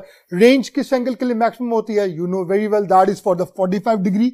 और सबसे इंपॉर्टेंट पॉइंट जो यहां पे मैं आपको सिखाने जा रहा हूं, जब रेंज मैक्सिमम होती है तो उस वक्त हाइट, अगर आपको ये मैं कह दूं कि किसी प्रोजेक्टाइल की मैक्सिमम रेंज सपोज करें 100 मीटर है, ये देखें आप देख सकते हैं रेंज 100 मीटर है, मैक्सिमम का वर्ड बोला तो कॉमन सेंस से एंगल कितना होगा 45 डिग्री। मैं हाइट पूछूं हाइट क्या होगी, तो आप कहेंगे सर हाइट हम कैसे कैलकुलेट कर सकते हैं? तो आपने फॉर्मूला याद रखना है, जब रेंज मैक्सिमम हो जाती है तो उस वक्त की जो हाइट होती है जो उसने अटेन की होती है उससे 4 टाइम्स ग्रेटर होती है। इसका मतलब range becomes 4 times the height over there. तो आप यहां से अगर रेंज हाइट से 4 गुना बड़ी है तो हाइट क्या होगी? हाइट ऑब्वियसली रेंज से 4 गुना कम होगी। तो आप क्या करेंगे? 100 divided by 4 it will give you 25 metre. तो ऐसे सारे क्वेश्चंस आप डायरेक्टली कर सकते हैं, कोई बहुत बड़े फॉर्मूला तो आपको चाहिए नहीं। और ये बहुत इंपॉर्टेंट प्रोजेक्टाइल मोशन का सबसे खूबसूरत पॉइंट ये कि आपको बहुत कैलकुलेशन में जाना नहीं पड़ता और आप आसानी से अपने आंसर तक पहुंच सकते हैं। स्टूडेंट्स यही चीज मैंने आपके लिए यहाँ पे कैलकुलेट की है। अगर हाइट आपने कैलकुलेट करनी थी R divided by 400 by 425 metre. Students एक और बहुत ही इंपॉर्टेंट रिलेशन जो आप लोगों ने याद रखना, रेंज और हाइट का। अगर रेंज आपको दी गई हो n टाइम्स हाइट और वो आपसे पूछे एंगल क्या है, थीटा क्या है, कि सपोज करके कहते हैं रेंज, चले इसी को चेक कर लेते हैं। यहां पे रेंज आपके पास क्या है 4 टाइम्स हाइट, और ये तभी होता है जब एंगल कितना होता है 45 डिग्री। तो मैं आपको शॉर्टकट फॉर्मूला आपको सिखा रहा हूं, जब भी रेंज n टाइम्स हाइट होगी तो एंगल जो होगा वो tangent inverse of 4 over n, tangent inverse of 4 divided by n होगा। अब यहां बताइए, यहां पर जब मैंने लिखा r is equal to 4h, तो यहां पर n क्या है? अगर मैं इसको देखूं तो r ऐसे ही है, n की जगह यकीनन यहां पर हमारे पास क्या आता है 4 आता है। इसका मतलब मेरे पास n4 है। आइए मैं चेक करता हूं फॉर्मूला। थीटा यानी range is equal to 4 height के लिए मुझे कहा गया कि रेंज 4 टाइम्स हाइट है तो एंगल क्या होगा? हमें वैसे पता 45 डिग्री आना चाहिए, लेकिन चेक कर लेते हैं कि हमारा फॉर्मूला शॉर्टकट ठीक है। Theta is equal to tangent inverse of 4 ऊपर लिखेंगे और नीचे n कितना है 4 से कैंसिल आउट हो गया। टेंजेंट इनवर्स ऑफ 1, हम सब जानते हैं टेंजेंट किस एंगल के लिए 1 देता, that is only for 45 degree. तो ये भी कंफर्म हो गया। तो अब आप इसको आसानी से यूज कर सकते हैं। स्टूडेंट जल्दी से कुछ इंपॉर्टेंट पॉइंट्स देखते हैं। R theta is equal to 76 degree. आपने याद रखना है कि 76 डिग्री वो एंगल है जहां पर रेंज और हाइट आपस में इक्वल हो जाते हैं। इसका मतलब अगर मैं किसी प्रोजेक्टाइल को ऐसे लॉन्च करूं कि उसका एंगल 76 डिग्री बनता हो और वो मैं कि 76 डिग्री पर मैंने लॉन्च किया, रेंज जो थी वो 100 मीटर है, हाइट क्या होगी? तो आप फौरन लिख दें कि जनाब चूंकि एंगल 76 डिग्री है, रेंज और हाइट बराबर होते हैं, तो हाइट भी कितनी होगी 100 मीटर होगी। तो ये बात आपने याद रखनी है। अगर मैं 76 से ऊपर जाऊंगा तो हाइट रेंज से बड़ी होगी, इंपॉर्टेंट पॉइंट, और 76 से नीचे आऊंगा तो हाइट रेंज से छोटी होगी। ये सारे के सारे इंपॉर्टेंट पॉइंट्स हैं, यहां से आपको कोई भी एमसीक्यूज पूछा जा सकता है। ये सारे पॉइंट्स नहीं है, दीज आर बेसिकली एमसीक्यूज, जो मैं आपको शॉर्टकट में सारे एमसीक्यूज आपसे शेयर कर रहा हूं ताकि आपकी तैयारी बहुत अच्छी हो जाए। एक और बहुत इंपॉर्टेंट पॉइंट कॉम्प्लीमेंट्री एंगल्स के हवाले से पूछा जाता है कि अगर हमारे पास दो प्रोजेक्टाइलों और दोनों को सेम इनिशियल वेलोसिटी से लॉन्च किया जाए but with different angles of projection, तो फिर उनकी रेंजेस का क्या रिलेशन हो सकता है? अगर इंपॉर्टेंट पॉइंट ये है दोनों के एंगल का सम क्या हो 90 डिग्री, इसका मतलब ये दोनों कौन से एंगल्स हैं? Complementary angles. तो फिर याद रखिएगा if they have the same initial velocities the ranges would be the same, ranges हमेशा सेम होगी। मैंने आपके लिए ड्रॉ किया, वेलोसिटी सेम होनी चाहिए। एक को 30 पे लॉन्च किया, एक को 60 पे। 30 प्लस 60 कितना होता है आप सब जानते हैं, that is equal to 90 degree. तो दोनों के लिए रेंज क्या होगी? सेम होगी। तो क्वेश्चन पूछे जाते हैं कि बताइए कौन से एंगल्स हैं इनके लिए रेंजेस सेम होगी, तो आप उनको ऐड करके अगर 90 डिग्री आता है तो ऑब्वियसली आप उसको सॉल्व कर सकते हैं। स्टूडेंट्स हमारा नेक्स्ट क्वेश्चन बहुत इंपॉर्टेंट है, for which of the following angles range is maximum. Students आप अब रेंज मैक्सिमम की बात की जाए तो हमारे ज़हन में सबसे पहले जो एंगल आता है वो 45 डिग्री आता है। हम कहते हैं 45 डिग्री वो एंगल होगा जहां पे रेंज मैक्सिमम होगी, लेकिन गौर से देखिए ऑप्शंस में कहीं पे भी 45 डिग्री नहीं है। अब क्या करेंगे, अब ये करेंगे कि 45 के जो सबसे करीब तरीन होगा, हाँ जी, फिर उसके लिए रेंज क्या होगी, मैक्सिमम होगी। तो आप देखिए 40 डिग्री का 45 से डिस्टेंस 5 डिग्री है, वो तो 50 का भी 5 डिग्री, और ये यकीनन वो एंगल है जो कॉम्प्लीमेंट्री एंगल्स बन रहे हैं जिनके लिए रेंजेस क्या होंगी, सेम। इन दोनों का डिस्टेंस 45 से क्या है, दैट इज सेम, और ऑप्शन में कहीं डेल्टा में बोथ ए एंड बी नहीं लिखा हुआ, इसका मतलब ये तो नहीं हो सकते। अब जरा गौर से देखिए 43 का डिस्टेंस 45 से जस्ट 2 डिग्री है और 30 का ऑब्वियसली 15 डिग्री है, तो बेस्ट ऑप्शन कौन सी होगी, चार्ली। तो बात का तो ऐसा होता है कि मेरे पेपर में क्वेश्चन आते हैं और हमें सिलेक्ट करना होता है कि दिए गए एंगल्स में से कौन सा ऐसा एंगल है विच इज नॉट 45 डिग्री, लेकिन उसके लिए रेंज क्या होगी, कंपैरेटिवली उन तमाम एंगल्स में सबसे ज्यादा होगी। आइए नेक्स्ट क्वेश्चन, एक बहुत important question. A large number of bullets are fired in all direction with the same speed. इसका मतलब मैंने क्या किया, मैंने लार्ज नंबर ऑफ बुलेट्स को तमाम डायरेक्शंस में फायर किया। The maximum area on the ground on which these bullets will spread is.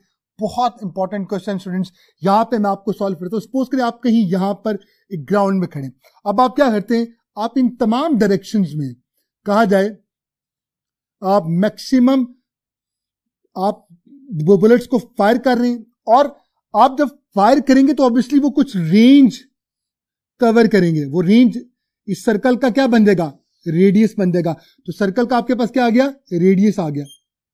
Radius क्या है, रेंज है। और आप चूंकि मैक्सिमम एरिया चाहते हैं तो मैक्सिमम एरिया एक सर्कल का वो मैक्सिमम रेडियस के लिए होगा। इसका मतलब रेंज मैक्सिमम किसके लिए होगी, 45 डिग्री के लिए, जो आप सब जानते हैं क्या फॉर्मूला होता है, VI²/G। ये मैक्सिमम रेंज का फॉर्मूला है।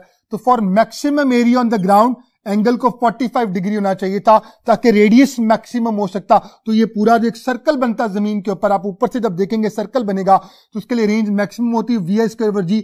एरिया का फॉर्मूला था πr², पाई ऐसे रहेगा, आर की जगह मैं आर मैक्सिमम पुट करूंगा, पाई ऐसे ही, आर मैक्सिमम की जगह VI²/G का स्क्वायर, तो आपके पास क्या आएगा, pi VI⁴ divided by G का स्क्वायर। कहां पर मौजूद है, that is in the Charlie option. तो it was a very tricky question, a very important one. Students, आज का लास्ट क्वेश्चन बहुत इंपॉर्टेंट, प्रोजेक्टाइल के हवाले से मोमेंटम को लेके चल रहा हूं। A body is projected at theta is equal to 30 degree. आपने बॉडी को प्रोजेक्ट किया, एंगल क्या था, 30 degree with the vertical having momentum P, जबकि उसका मोमेंटम क्या था, P। What will B it's minimum momentum during the flight. अब बच्चे अच्छी तरह से जानते हैं कि मिनिमम मोमेंटम कहां पे होता है, जहां पे वेलोसिटी मिनिमम होती है। तो बच्चे फौरन से पहले क्या करते हैं, they start calculating it in such a way, वो इसमें जो एंगल पुट करते हैं वो 30 पुट कर देते हैं स्टूडेंट्स। और फॉर्मूला मैं ऑलरेडी आपसे शेयर कर चुका हूं, हाईएस्ट पॉइंट पर, पीक पर मोमेंटम का फॉर्मूला क्या होता है, initial momentum into cause of theta. अब जो ही आप यहां पे कॉज ऑफ 30 पुट करेंगे तो आप सब जानते हैं कॉज ऑफ 30 होता है √3/2, तो P इंटू √3/2 डेल्टा में मौजूद है। बच्चे डेल्टा के लिए चले जाते हैं, कीवर्ड पे गौर नहीं किया। गौर से देखें, एंगल था वर्टिकल के साथ, इसका मतलब वर्टिकल के साथ एंगल जो था, यहां पे मैं आपके लिए ड्रॉ कर देता हूं। अगर यहां पर हमारे पास ये देखें 60 डिग्री जो है हॉरिजॉन्टल के साथ बन रहा है, तो वर्टिकल के साथ जो इसका एंगल बन रहा होगा वो जो है, वो जो भी है that is a different angle. हमारे पास यहां पर हो क्या रहा है, यहां पर प्रोजेक्टाइल में हमारे पास जो एंगल जो बन रहा है वो वर्टिकल के साथ जो बना रहा है वो बना रहा है 30 डिग्री। तो बताइए हॉरिजॉन्टल के साथ क्या बना रहा होगा, हॉरिजॉन्टल के साथ 60 डिग्री बना रहा होगा। इसका मतलब बच्चों, हमने यहां पर जो एंगल यूज करना है वो 30 डिग्री यूज नहीं करना, वो 60 डिग्री यूज करना है। जो ही 60 डिग्री आप यूज करेंगे, cos 60 कितना होता है, cos 60 आपको प्रोवाइड करता है 1/2। तो फिर क्या होगा, टोटल मोमेंटम डिवाइडेड बाय 2। कहां ऑप्शन मौजूद है, that is beta. Students, with this we end up this lecture. I hope that you people have learnt a lot. आज हमने मोमेंटम से लेकर प्रोजेक्टाइल तक सारा कुछ बहुत थॉरली देखा।